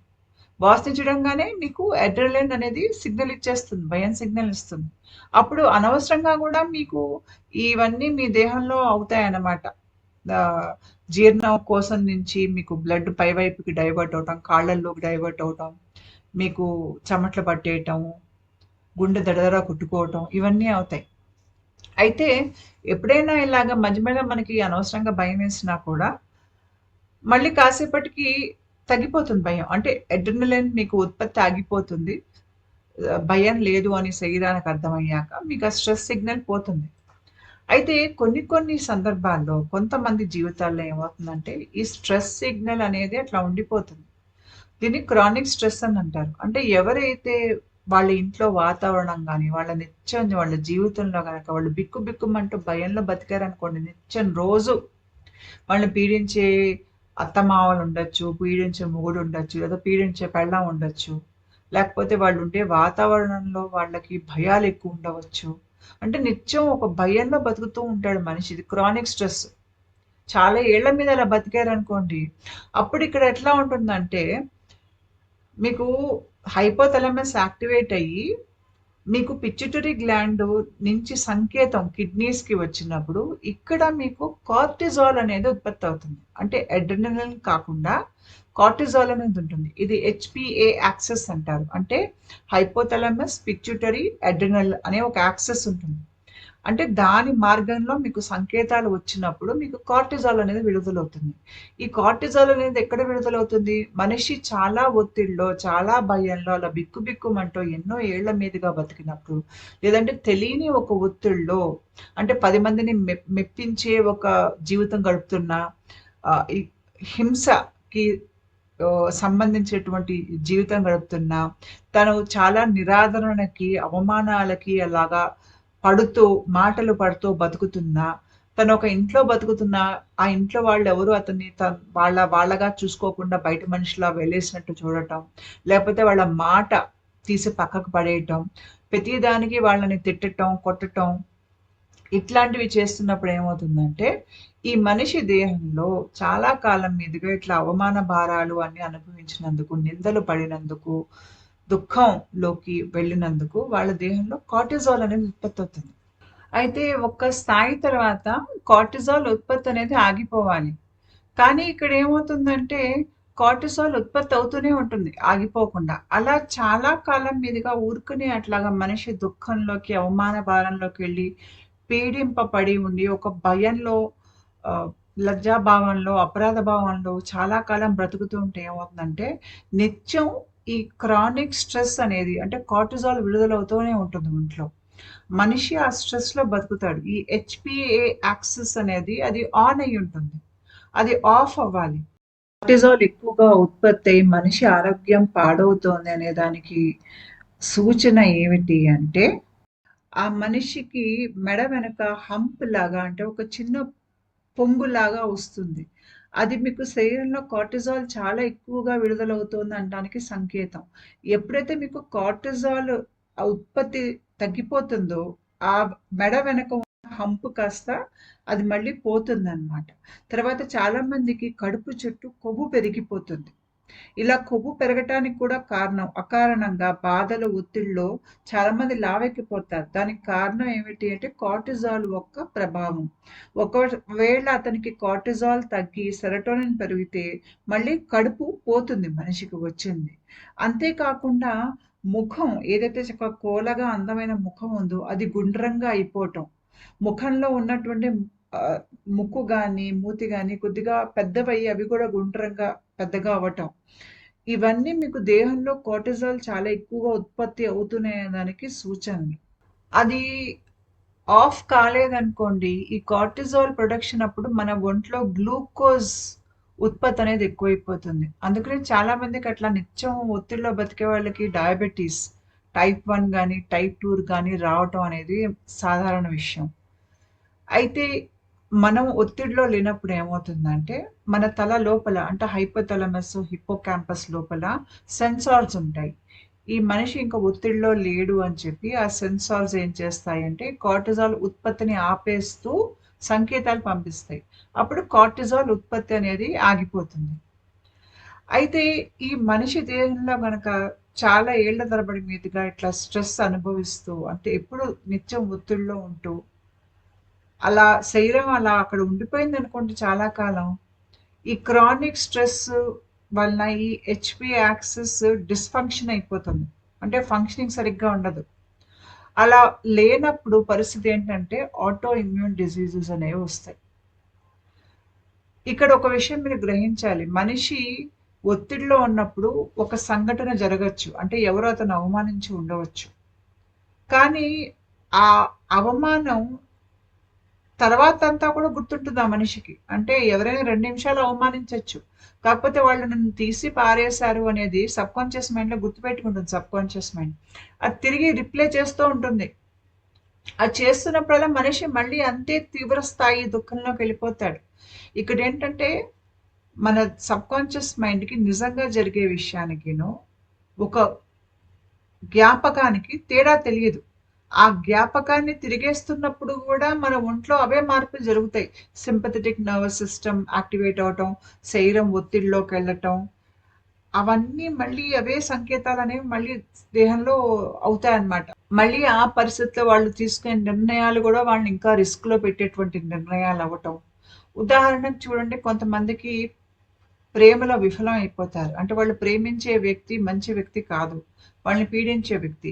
ఈ మనిషి మంచివాడు కాదని వాళ్ళు చాలా ఏళ్ళు ఆ మనిషితో పడి, పడి విసుగొచ్చి ఆ మనిషిని వదిలించుకుంటారు. లేపోతే ఆ మనిషి వదిలేసి ఎళ్ళిపోతారు. వదిలేసి ఎళ్ళిపోయాక వీళ్ళు కొంతకాలం తర్వాత తేరుకుని మళ్ళీ ఇంకొక వ్యక్తితో వాళ్ళు ప్రేమ సంబంధం పెట్టుకోవటమో, పెళ్లి చేసుకోవటమో అలాంటిది ఉంటే అక్కడ ఏమవుతుందంటే, మళ్ళీ వీళ్ళ రిస్క్ తీసుకునే ఆ విధానానికి, వీళ్ళకి ఎలాంటి వాళ్ళని వీళ్ళు ఇష్టపడతారు అనేది చూసుకునేదానికి, మళ్ళీ ఎలాంటి వాళ్ళ వైపే వెళ్తారు వాళ్ళు. అంటే మళ్ళీ అలా పీడించే వ్యక్తిని వాళ్ళ జీవితంలోకి వాళ్ళు ఆకర్షిస్తారు. ఎందుకంటే, మనం ఎలాంటి మనిషిని మన జీవితంలోకి ఒక జీవిత భాగస్వామిగా గాని, ప్రేయసిగా గాని, ప్రియుడిగా గాని మనం ఆకర్షిస్తాము అంటే, అది మన లింబిక్ బ్రెయిన్ ప్రోగ్రామింగ్ నుంచి వస్తుంది. మనకి ఒక తీరుగా ఉండేవాళ్ళు, ఎవరితో అయితే మనకు కర్మ సంబంధాలనేవి ఏర్పడతాయో, అలాంటి వాళ్ళని మనం ఆకర్షిస్తాం.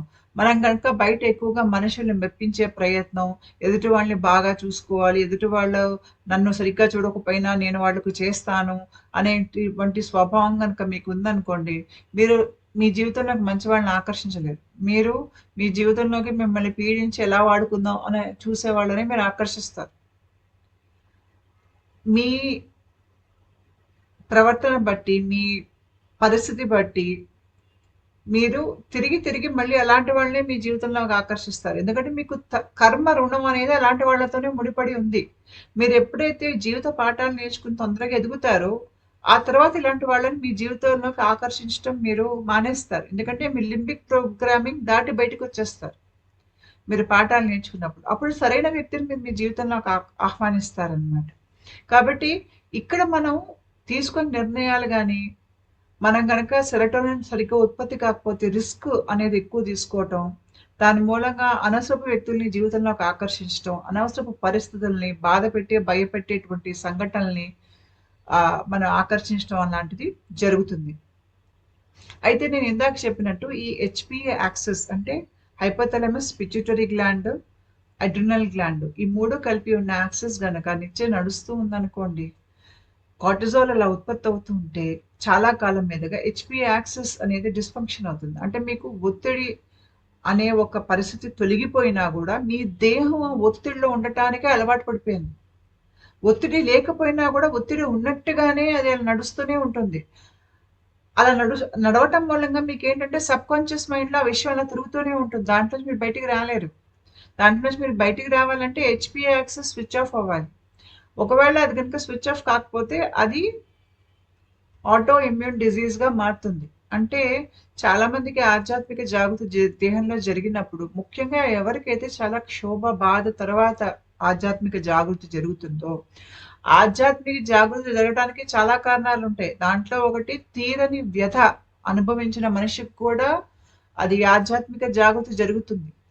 కొంతమంది బాగా ఆధ్యాత్మికంగా ఎదిగిన వాళ్ళకి చాలా లోతుగా భావోద్వేగాల్ని అనుభవించగలిగే శక్తి వాళ్ళకుంటుంది. బాధ గాని, దుఃఖం గాని, కోపం గాని వాళ్ళు తీవ్ర స్థాయిలో అనుభవిస్తారు. అలాంటి వాళ్ళకి గూడా ఆటో ఇమ్యూన్ డిసీజ్ వచ్చే అవకాశం ఉంటుంది. కాబట్టి మీకు కుండలిని జాగృతమైనా, లేపోతే ఆధ్యాత్మిక జాగృతి మొదటి దశల్లో ఇది జరుగుతున్నప్పుడు అంటే సబ్‌కాన్షియస్ మైండ్ తెరుచుకునే దశలో మీకు చాలా మందికి autoimmune diseases, fibromyalgia, chronic fatigue syndrome, irritable bowel syndrome చాలా మామూలు విషయాలు. ఇన్‌ఫ్లమేషన్స్, ఒళ్ళు నొప్పులు, జ్వరాలు, జలుబులు, తర్వాత మీకు అలసట, ఏ పని చేయలేరు, దేని మీద ఆసక్తి ఉండదు. ఆహ్, మీకు ఒంట్లో రకరకాల చోట్ల మీకు నొప్పుల్లాగా రావటము, ఆహ్, మీరు మామూలుగా చేసుకునే పనులు కూడా చేసుకోలేని స్థితిలోకి వెళ్ళొచ్చు. చాలా నెలలు, ఏళ్ల తరబడి కూడా అలా ఉండొచ్చు ఆ పరిస్థితి. ఈ పరిస్థితి ఎందుకు ఏర్పడుతుంది అంటే, మన దేహంలో మన రోగనిరోధక శక్తి అనేది ఉంటుంది. ఆ శక్తి ఏం చేస్తుంది, మన ఒంట్లోకి బాక్టీరియా, వైరస్‌లొస్తే వాటిని చంపేస్తుంది. కానీ ఇక్కడేమవుతుందంటే, ఈ రోగనిరోధక శక్తి ఇది మన దేహంలో ఉన్న కణాలనే అటాక్ చేస్తుంది. అంటే ఇది బాక్టీరియా, జెర్మ్స్ లాగా మన దేహంలో ఆరోగ్యకరమైనటువంటి కణాలను గూడా తప్పుగా గుర్తిస్తుంది. గుర్తించి మన దేహమే మన దేహాన్ని అటాక్ చేస్తుంది. అటాక్ చేసి మన దేహంలో ఉన్న కణాలను చంపేసే ప్రయత్నం చేస్తుంది. ఇలా చేస్తున్నప్పుడు ఏమవుతుందంటే ఆటో ఇమ్యూన్ డిజీజ్‌గా వస్తుంది. ఈ ఆటో ఇమ్యూన్ డిజీజ్ తగ్గటానికి చాలా ఏళ్ళు పడుతుంది. చాలా విశ్రాంతి తీసుకోవాలి. దీనికి ఒక పట్టాన్న వైద్యం అనేది ఉండదు. ఒక రకంగా దీంట్లోంచి బయటికి రావాలి అంటే ఆధ్యాత్మికంగా ఎదిగినప్పుడు మనిషి దీంట్లోంచి బయటికొస్తాడు. అంటే ఒక్కసారి ఈ ఆటో ఇమ్యూన్ డిజీజ్‌లోకి బాగా లోతుగా కూరుకుపోయారంటే నాకు తెలిసి దీంట్లోంచి బయటికొచ్చే మార్గం వల్ల ఆధ్యాత్మికంగా ఎదగటమే. ఇంకో మార్గం లేదు. నాకు క్రానిక్ ఫెటిగ్ సిండ్రోమ్ వచ్చింది. నేను ఇంచుమించు 14, 15 ఏళ్ళు క్రానిక్ ఫెటిగ్ సిండ్రోమ్‌తో బాధపడ్డా. నేను ఆధ్యాత్మికంగా ఎదిగి నా కుండలిని పై చక్రాల్లోకొచ్చాక నేను దాంట్లోంచి బయటికి వచ్చాను. మరిప్పుడేమైనా వైద్య సహాయం అనేది ఉందేమో దాంట్లోంచి త్వరగా బయటికి రావటానికనేది మీరు డాక్టర్‌ని అడగాలి.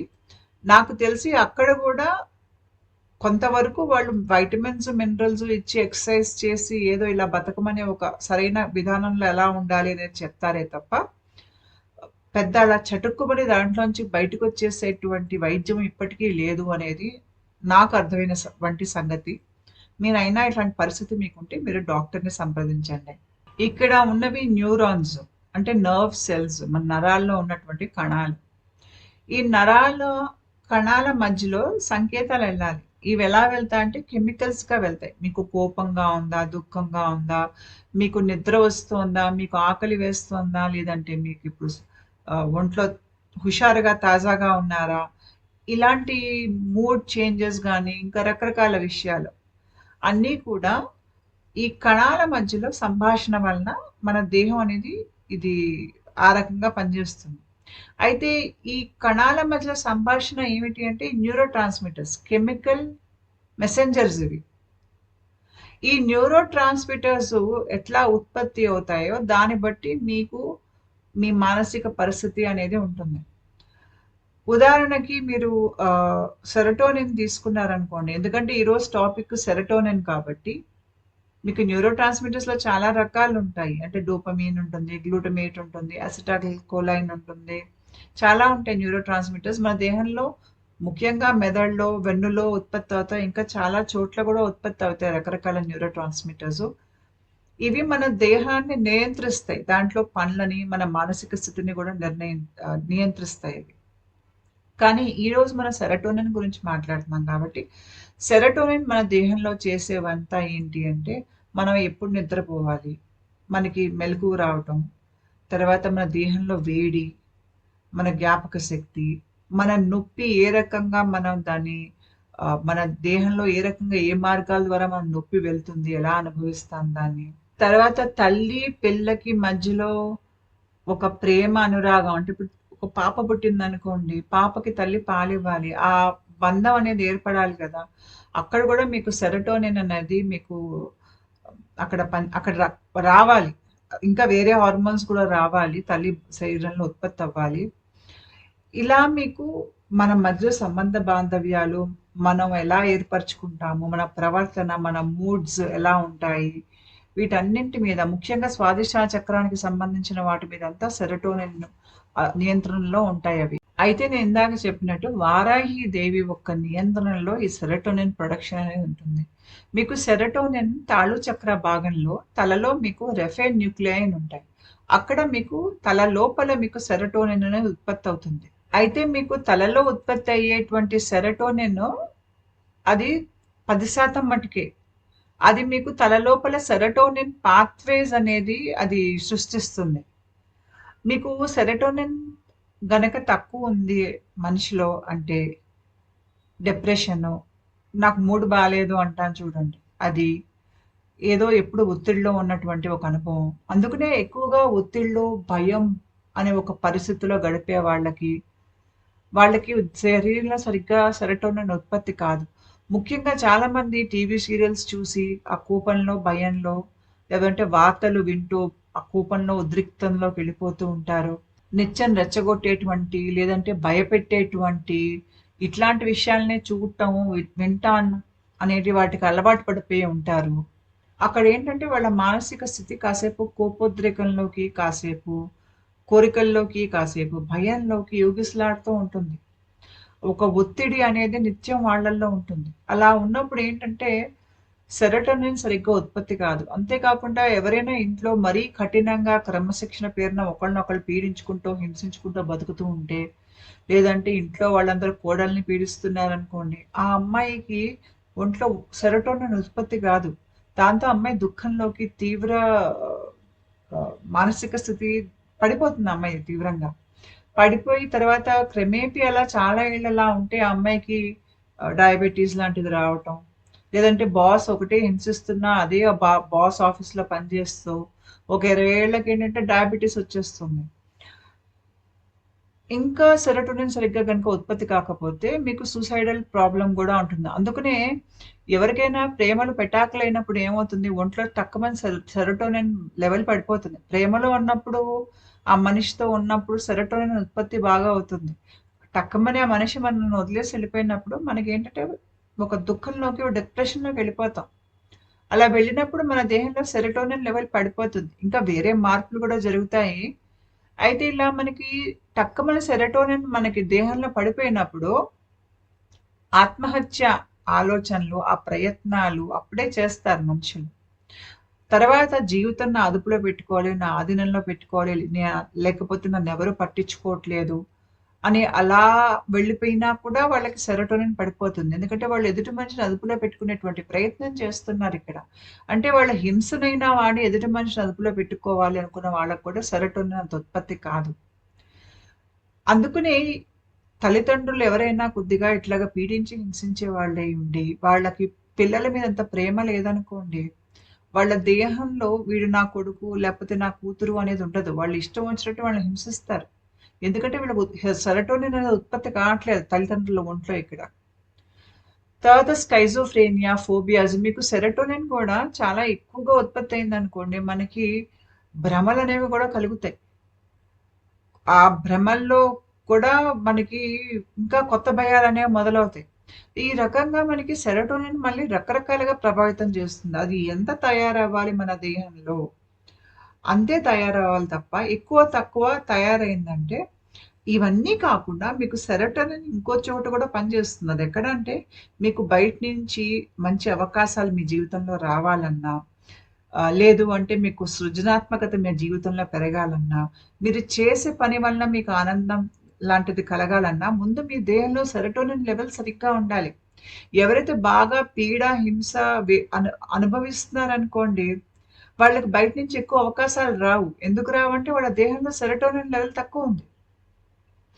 వాళ్ళు ముందు ఆ వేదనలోంచి, ఆ ఒత్తిడిలోంచి బయటికొచ్చి వాళ్ళ ఒంట్లో సెరోటోనిన్ లెవెల్స్ పెంచుకోవాలి వాళ్ళ ప్రయత్నంతో.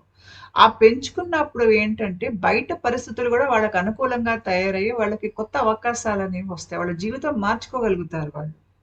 లేదంటే దాంట్లోంచి బయటికి రావటానికి దైవ అనుగ్రహం అంటే వారాహి దేవుని గనక మనం ఆవిడని శరణు అంటే, మన దేహంలో సెరోటోనిన్ కంట్రోల్ ఆవిడ చేతుల్లోనే ఉంది కాబట్టి, ఆ మార్పులు ఆవిడ తేలిగ్గా చేస్తారు. అంతేకాకుండా సెరోటోనిన్ మన దేహంలో ఎంత ఉత్పత్తి అవ్వాలో అంతే అవ్వాలి. ఎక్కువ అవ్వకూడదు, తక్కువ అవ్వకూడదు. అది సరిగ్గా గనక ఉత్పత్తి అయితే మన జన్మజన్మాల కర్మ ఏదైతే స్వాదిష్టాన చక్రాతో సంబంధించిన కర్మ ఉందో, ఇందాక నేను వీడియో మొదట్లో మీకు మొత్తం లిస్ట్ పెట్టాను. వాటన్నిటిలోంచి మనం బయటపడిపోతాం. మన గతంలో జరిగిన విషయాలు గానీ, ఇంకేవైనా విషయాలు గూడా మనకి అపరాధ భావాన్ని కలిగించవు. మనకి లజ్జా భావాన్ని కలిగించవు. మనకి అవమాన భారాన్ని కలిగించవు. ఇవన్నిటిని తొలగించేస్తుంది. ఈ సెరోటోనిన్ గనక సరిగ్గా ఉత్పత్తి అయితే మన దేహంలో. అయితే ఈ తలలో సెరోటోనిన్ పాత్వేసు ఇలా తిరుగుతుంది సెరోటోనిన్. అయితే తలలో ఉత్పత్తి అయ్యే సెరోటోనిన్ మీకు కడుపుకి రాదు. కడుపులో ఉత్పత్తి అయ్యే సెరోటోనిన్ తలకి రాదు. ఎక్కడికక్కడ వేరు వేరుగా పనిచేస్తాయి అవి.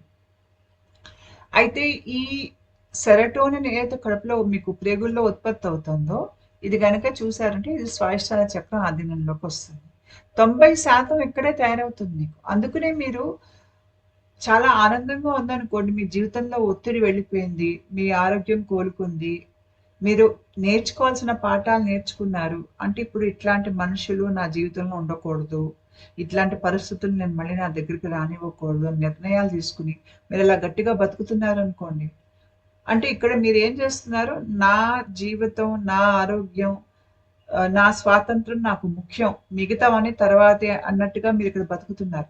మీరు ఎదుటి వాళ్ళు మిమ్మల్ని తిరస్కరిస్తున్నారా, స్వీకరిస్తున్నారా ఇవేం పట్టించుకోవట్లేదు మీరు. నేను నాకు నచ్చినట్టుగా ఆహ్, న్యాయంగా నా నిజాయితీలో నేను బతుకుతున్నాను. నా స్వతంత్రంగా నేను ఎలా బతకగలనో అలా బతుకుతున్నాను. ఒకళ్ళ జోలికి ఎళ్ళట్లేదు. ఒకళ్ళు నా జోలికి రాకూడదు.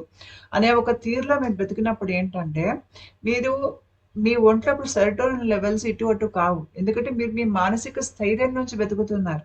మీరు మీ స్వాతంత్రం లోంచి బ్రతుకుతున్నారు. అలా బ్రతికినప్పుడు ఏంటంటే, మీ దేహంలో సెరటోనిన్ లెవెల్స్ సరిగ్గా ఉత్పత్తి అవుతాయి. మీరు ఒకళ్ళ మీద ఆధారపడి బ్రతకట్లేదు. అలా కొంతకాలం ఉత్పత్తి అయ్యేసరికి ఏమవుతుందంటే, మీకు తెలియకుండానే మీ దేహంలో కడుపు భాగంలో మీకు చాలా ఆనందంగా అనిపించటం. కడుపు చల్లగా అంటారు చూడండి. అట్లా కడుపు చల్లగా అనిపించటం. చల్లగా అంటే చల్లగా నేను మీకు టెంపరేచర్ చెప్పట్లేదు. ఒక ఆనంద స్థితి అనేది చెప్తున్నా నేను. మీకు మళ్ళీ తిరిగి దేహంలో, మనసులో ఒక రకమైనటువంటి ఆనందం, శక్తి రావటం, మీకు కొత్త పనులు చేయాలనే కోరిక కలగటం, దానికి తగ్గట్టుగా మీకు అవకాశాలు రావటం, మీకు ఆర్థిక స్వాతంత్రం ఇంకా పెరగటం, వ్యక్తిగత స్వాతంత్రం పెరగటం. ఇక్కడ మీకు జీవితంలో అనుభవాలు రావటం మూలంగా మీకు జ్ఞానం గూడా పెరుగుతుంది. ఎలా బతకాలో తెలుస్తుంది మీకు. ఈ స్థాయిలో గనక మీలాగా ఆధ్యాత్మికంగా ఎదిగున్నటువంటి ఇంకో వ్యక్తితో గనక అప్పుడు మీ జీవిత భాగస్వామి అయితే మీ పెళ్లి చాలా ఆనందదాయకంగా ఉంటుంది. ఈ స్థాయిలో మిమ్మల్ని మీరు మళ్ళీ ఇంకొక నిర్వచనం అనేది మీకొక నిర్వచనం, మీ జీవితానికి ఒక నిర్వచనం అనేది మీరు ఇచ్చుకోగలుగుతారు ఈ స్థాయిలో. ఎందుకు అంటే మీరు చాలా బరువైనటువంటి భావోద్వేగాల నుంచి, అవమాన భారాల్లోంచి, వాటన్నిటిలోంచి బయటకొచ్చేసారు. ఆ కర్మనంతా మీరు తుడిచేశారు. అదెలా తుడిచేశారంటే, మీ దేహంలో సెరటోనిన్ ప్రొడక్షన్ నార్మల్‌గా అవుతోంది.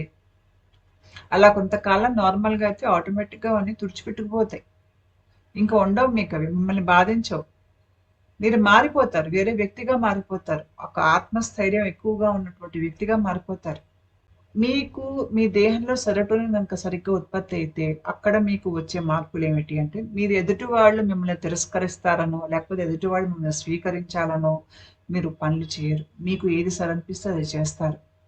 మీరు ఈ జీవితంలో అనవసరపు రిస్కులు తీసుకోరు. తర్వాత మీరు ఒక బ్యాలెన్స్‌గా ఉంటారు. అనవసరంగా ఊహాగానాల్లోకెళ్ళిపోవటం, అత్యాశల్లోకెళ్ళిపోవటం, ఏవో ఊహించేసుకుని పనులు చేయటం, మళ్ళీ అనుకున్నది జరగలేదని బాధపడిపోవటం.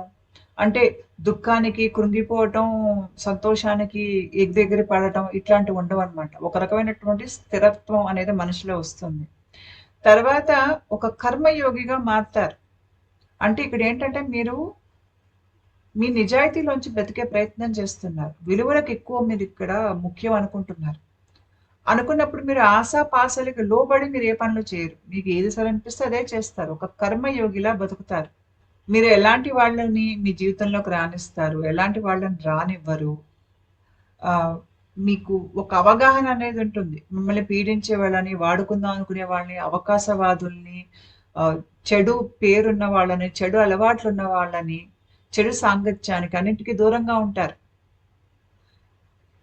ఒక రకంగా మీరు మీ స్వతంత్రం వచ్చినా గూడా, ఆ స్వతంత్రంలో మీరు చాలా ఆనందంగా, సంతృప్తిగా బతకటం మీకొస్తుందిక్కడ. అంతే కాకుండా ఈ స్థాయిలో మనిషి ఏంటంటే, కష్టపడి పనులు చేసి, దాని ప్రతిఫలాన్ని వాయిదా వేయగలుగుతాడు. అంటే ఉదాహరణకి, ఎవరికైతే సెరటోనిన్ ఒంట్లో సరిగ్గా ఎంతుండాలో అంత లేనివాడు ఉన్నారనుకోండి, వాళ్ళకి మీరు చెప్పారనుకోండి, ఒక పని చెయ్యి, నువ్వు నెలంతా పని చేస్తే నెలాఖరులో నీకు 10,000 వస్తుంది అంటే వాళ్ళకి నచ్చదు. నేను 10,000 కోసం నెలంతా పని చేయాలా అని వాళ్ళకి దుఃఖం వస్తుంది. వాళ్ళకది త్వరగా డబ్బులొచ్చేసేయాలనమాట. అత్యాశ ఎక్కువ. అదే గనక ఒంట్లో సెరోటోనిన్ సరిగ్గా పనిచేస్తుందనుకోండి, మనిషి సంతృప్తి ఉంటుంది. ఆ 10,000 కోసం నెలంతా పనిచేస్తాడు. ఆ 10,000 ఆనందంగా తీసుకుంటాడు. అలా తెలియకుండా క్రమేపీ అతని జీవితంలో కాస్త కాస్త అతను ఆర్థికంగా నిలదొక్కుకొని, చక్కగా వచ్చిన డబ్బుని జాగ్రత్త చేసుకొని, ఒక మంచి స్థాయికి వెళ్ళిపోగలుగుతాడు. తర్వాత మనుషులు ఉద్యోగాలు మారుతారు అది వేరే సంగతి. కాకపోతే చెప్తున్నాను తేడా. ఇక్కడేంటంటే, ఆ మనిషికి అర్థమవుతోంది. నా మొదటి ఉద్యోగం నేను చదువుకున్న స్థాయికి 10,000 రావటం మంచిదే. 10,000తో మొదలుపెడితే ఒక ఏడాది, 2 ఏళ్లలో నాకు 25,000 వస్తుంది అని అంచనా వేసుకొని, ఆ పనిలో చేరి, పని నేర్చుకుని, తర్వాత ఇంకా పై స్థాయి ఎక్కువ జీతాలిచ్చే పనిలోకి వెళ్ళటం లాంటిది, ఆ మనిషికి ఆ ఆలోచన శక్తి ఉంటుంది అలా వెళ్ళాలి అనేది. ఎగిరెగిరి పడే వాళ్ళకి ఆలోచన శక్తి ఉండదు. తర్వాత జీవితంలో మనుషులు ఎంత ముఖ్యము అంటే తనని ప్రేమించేవాళ్ళు, తనని గౌరవించేవాళ్ళు, తనని విలువ ఇచ్చేవాళ్ళు ఎంత ముఖ్యమో వాళ్ళకి తెలుసు. కాబట్టి వాళ్ళు వాళ్ళ జీవితంలో ఉన్న వాళ్ళతో ఎంతో ప్రేమగా ఉంటారు. అంతే కాకుండా రకరకాల అవకాశాలని గూడా వీళ్ళు జీవితంలోకి ఆకర్షిస్తారు. మన జీవితంలో కొన్ని మార్పులు చేసుకుంటే గూడా మనకి సెరోటోనిన్ అనేది ఎక్కువ ఉత్పత్తి అవుతుంది. ముఖ్యంగా ఆహారం. ఫ్రిడ్జ్‌లో పెట్టుకొని అలాగా రోజుల తరబడి తినే బదులు అప్పటికప్పుడు చక్కగా వేడిగా వండుకొని, తినేటువంటి ఆహారం ఉంటుంది చూడు అది మంచిది. తరచూ వ్యాయామం చేయటం. ఎప్పుడూ ఒక దగ్గర కూర్చునే మనిషికి సెరోటోనిన్ అంతగా ఉత్పత్తి కాదు. మనం ఎక్కువగా ఇటు అటు కదిలి నడుస్తున్నప్పుడు, పనులు చేసుకుంటున్నప్పుడు, పని చేసిన ఆనందంలో సెరోటోనిన్ అనేది ఎక్కువ ఉత్పత్తి అవుతుంది. ఈ ఎండకి వెళ్ళినప్పుడు, ఈ మధ్య కాలంలో చాలామంది ఎండలోకెళ్తే నల్లబడిపోతాం, ఇంట్లో కూర్చుందాం అని క్రీములేసుకొని, ముసుగులేసుకొని బయటికెళ్తున్నారు. అది సరికాదు. ఎండ ఒంటికి తగలాలి. అప్పుడు మనం బలంగా, ఆరోగ్యంగా ఉంటాం.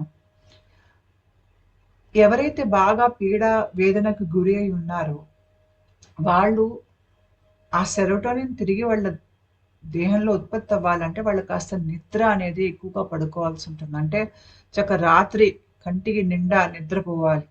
అంటే అనవసరపు డిస్ట్రాక్షన్స్, అనవసరపు టీవీలు, అనవసరపు గొడవలు వాటికి దూరంగా ఉండి ప్రశాంతంగా ఒక మంచి నియమం ప్రకారం నిద్రపోవటం, లేవటం లాంటిది పెట్టుకుంటే వాళ్ళు త్వరగా కోలుకొని సెరోటోనిన్ ఉత్పత్తి అనేది మళ్ళీ వాళ్ళ దేహంలో మామూలు స్థితికొస్తుంది. అంటే ఒత్తిడి నుంచి బయటకొస్తారు.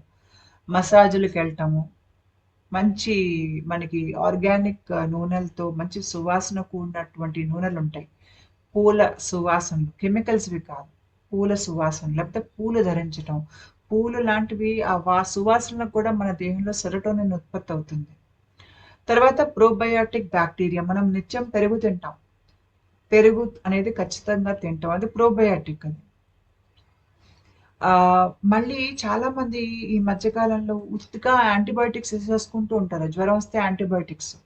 అలా వేసుకోకూడదు. అనవసరపు మందులు, అవసరం లేని మందులు మింగటం లాంటివి చేయకూడదు. అలా చేసినప్పుడు ఏంటంటే, ఈ మందులు మన ఒంట్లో ఉన్నటువంటి మంచి బాక్టీరియాని, కడుపులో ఉన్నటువంటి మంచి బాక్టీరియాని చంపేస్తాయి ఈ యాంటీబయోటిక్స్. చెడు బాక్టీరియాతో పాటు మంచివి కూడా చంపేస్తాయి.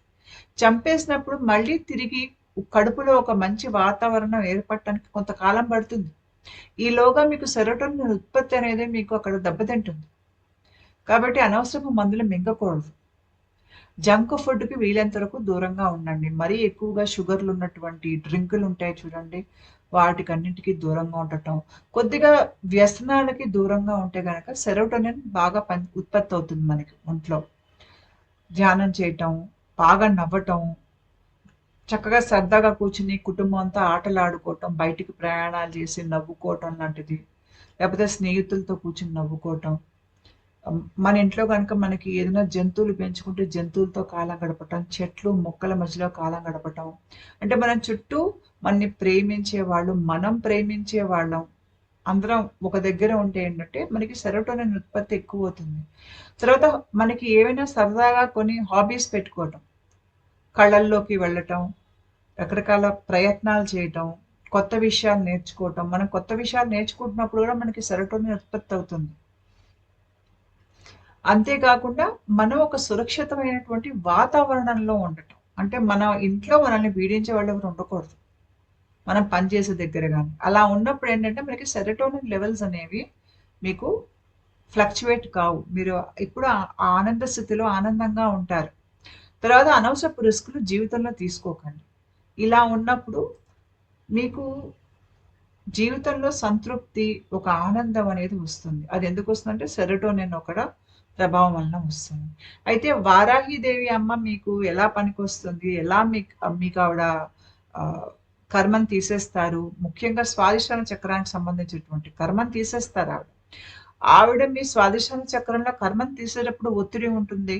అక్కడ మనుషులు చాలా ఏడుస్తారు. ఎందుకంటే అవన్నీ మనం విడుదల చేస్తున్నాం బయటికి. అప్పుడు బాధ ఉంటుంది. ఒక్కసారి శుభ్రపడిపోయిందనుకోండి మీకు స్వాదిష్టాన చక్రం, సెరోటోనిన్ గనుక సరిగ్గా ఉత్పత్తి అయిందనుకోండి, మీ కడుపు లోపల ఆ స్పందన శక్తి పెరుగుతుంది. మీకు తెలుస్తుంది. కడుపు లోపల ఏదో మనకిప్పుడు నోట్లో మింట్ పెట్టుకుంటే ఇలా చిమచిమలాడుతూ ఉంటుంది చూడండి. మీకు ఆ ప్రేగుల్లో అలా అనిపిస్తుంది. మీకు ప్రేగులేవో ఆనందంగా ఉన్నట్టుగా అనిపిస్తుంది. మీ కడుపు మీకు చెప్తుంది నేను ఆనందంగా ఉన్నాను. మీ కడుపు చెప్తుంది మీకు. అంతే కాకుండా అక్కడ మీకు కడుపులో సెరోటోనిన్ బాగా ఉత్పత్తి అయితే మీరు మీ లోపల ఉన్నటువంటి అంతర్దృష్టితో మీకు సంబంధం ఏర్పడుతుంది. దాని మూలంగా ఏంటంటే మీకు పుస్తక జ్ఞానమే కాకుండా మీకు దానికి మించి అర్థం అవ్వటం మొదలుపెడుతుంది. మీకు జీవితం ఎక్కువ అర్థం అవ్వటం మొదలుపెడుతుంది. తర్వాత ఒక ముఖ్యమైన విషయం, ఎవరైతే ఆధ్యాత్మిక ప్రయాణంలో ఉన్నారో వాళ్ళకి సబ్‌కాన్షియస్ మైండ్ తెరుచుకున్నప్పుడు చాలా మంది మీద దిగువ స్థాయి ఆత్మల నుంచి గాని, దిగువ స్థాయి మనుషుల వల్ల కానీ సమస్యలు ఏర్పడేటువంటి అవకాశం ఉంటుంది. వాళ్ళకి కళల్లో గాని, దర్శనాల్లో గాని, లేకపోతే వాళ్ళకి అనుభవాలు కొన్ని దుష్ట శక్తులు వచ్చి వాళ్ళ ముందు ప్రత్యక్షం అవ్వటం, అవి చూసి వీళ్ళు భయపడిపోవటం, ఇలాంటివి ఉంటాయి కొంతమందికి. ఇలా ఉన్నప్పుడు ఏంటంటే వారాహిదేవి అమ్మ కటాక్షం గనక మన మీద ఉంటే ఆవిడ మనల్ని కాపాడతారు.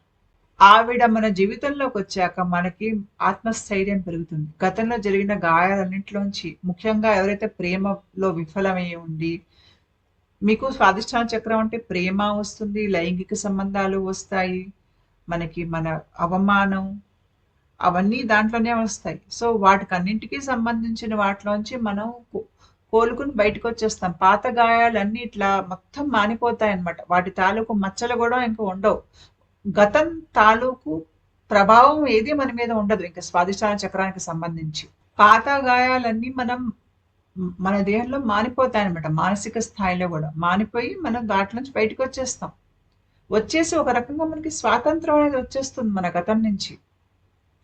అంతేకాకుండా మనకి ఈ స్ట్రెస్ సంబంధిత ఏవైతే రోగాలు రావచ్చు, క్రానిక్ ఎయిల్మెంట్స్, వాటి నుంచి కూడా వారాహిదేవి అమ్మ కాపాడుతుంది. ఆవిడకి జ్ఞానమూర్తి కూడా ఆవిడ. కాబట్టి మీకు జ్ఞానాన్ని ప్రసాదిస్తుంది. ఎలాంటి జ్ఞానం అంటే మనుషుల మనస్తత్వాల మీద జ్ఞానం. ఎలాంటి వాళ్ళని మీ జీవితంలో రానివ్వాలి, ఎవరిని రానివ్వకూడదు. మీకు స్నేహం ముసుగేసుకున్న శత్రువులు ఎవరు, మనుషుల్లో క్రూరత్వం, హింస ప్రవృత్తి ఎలా ఉంటుంది, అలా ప్రవర్తించే వాళ్ళు మంచివాళ్ళు ఎలా చలామణి అయిపోతూ ఉంటారు. అలాంటి వాళ్ళు మీ జీవితంలో ఎవరున్నారు? మిమ్మల్ని వాడుకుందామని చూసేవాళ్ళు ఎవరున్నారు మీ జీవితంలో? వాళ్ళ అంతా నిజస్వరూపాలు మీకు కనిపించేటట్టు చేస్తుంది అమ్మ. అంతేకాకుండా మీకు మీ ఆత్మజ్ఞానం కూడా మీ గురించి మీకు అర్థం అవటం, ఆ గతంలో ఉన్నటువంటి గాయాల్లోంచి బయటికి రావడానికి కావాల్సినటువంటి జ్ఞానం, శక్తి అంతా అమ్మ ఇస్తుంది.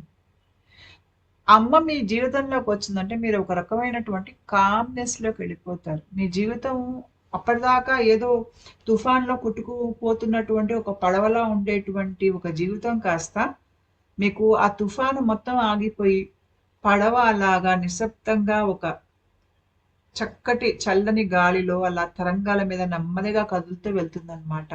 ఇటు అటు ఊగకుండా.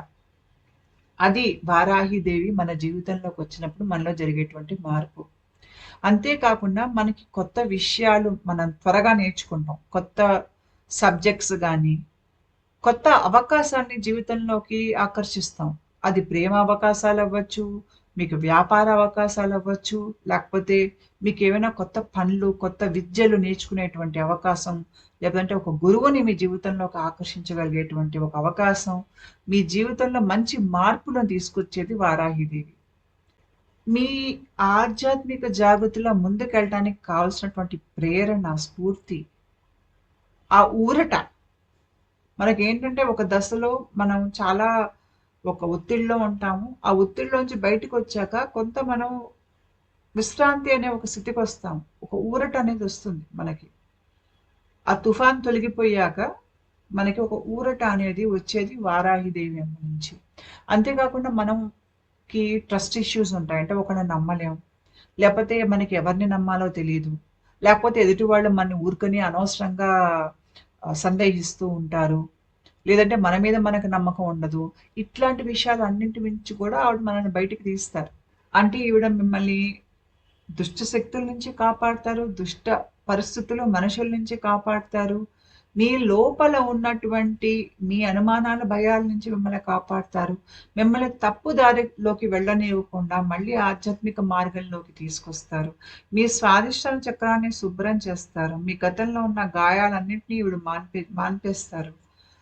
అంతే కాకుండా మీకు ఒక సంతృప్తిని, ఆనందాన్ని అనుభవించగలిగేటువంటి శక్తిని, ఆ పరిస్థితిని వీళ్ళు కల్పిస్తారు. ఇది వారాహి దేవి ఒక్క మంత్రం. మీకు ఇంకా వారాహి స్తోత్రం ఇవి కూడా ఉన్నాయి, ఆన్‌లైన్ చూసుకోండి.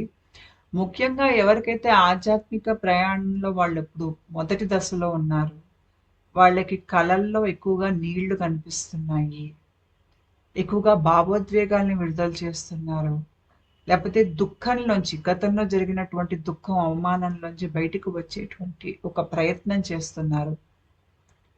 అలాంటి వాళ్ళకి వారాహి దేవి అండ గనక ఉంటే చాలా త్వరగా ఏదైతే మీకు చాలా ఏళ్ళు పడుతుందో అది ఇంకా స్వల్ప సమయంలో తొందరగా దాంట్లోంచి బయటకు పడతారు.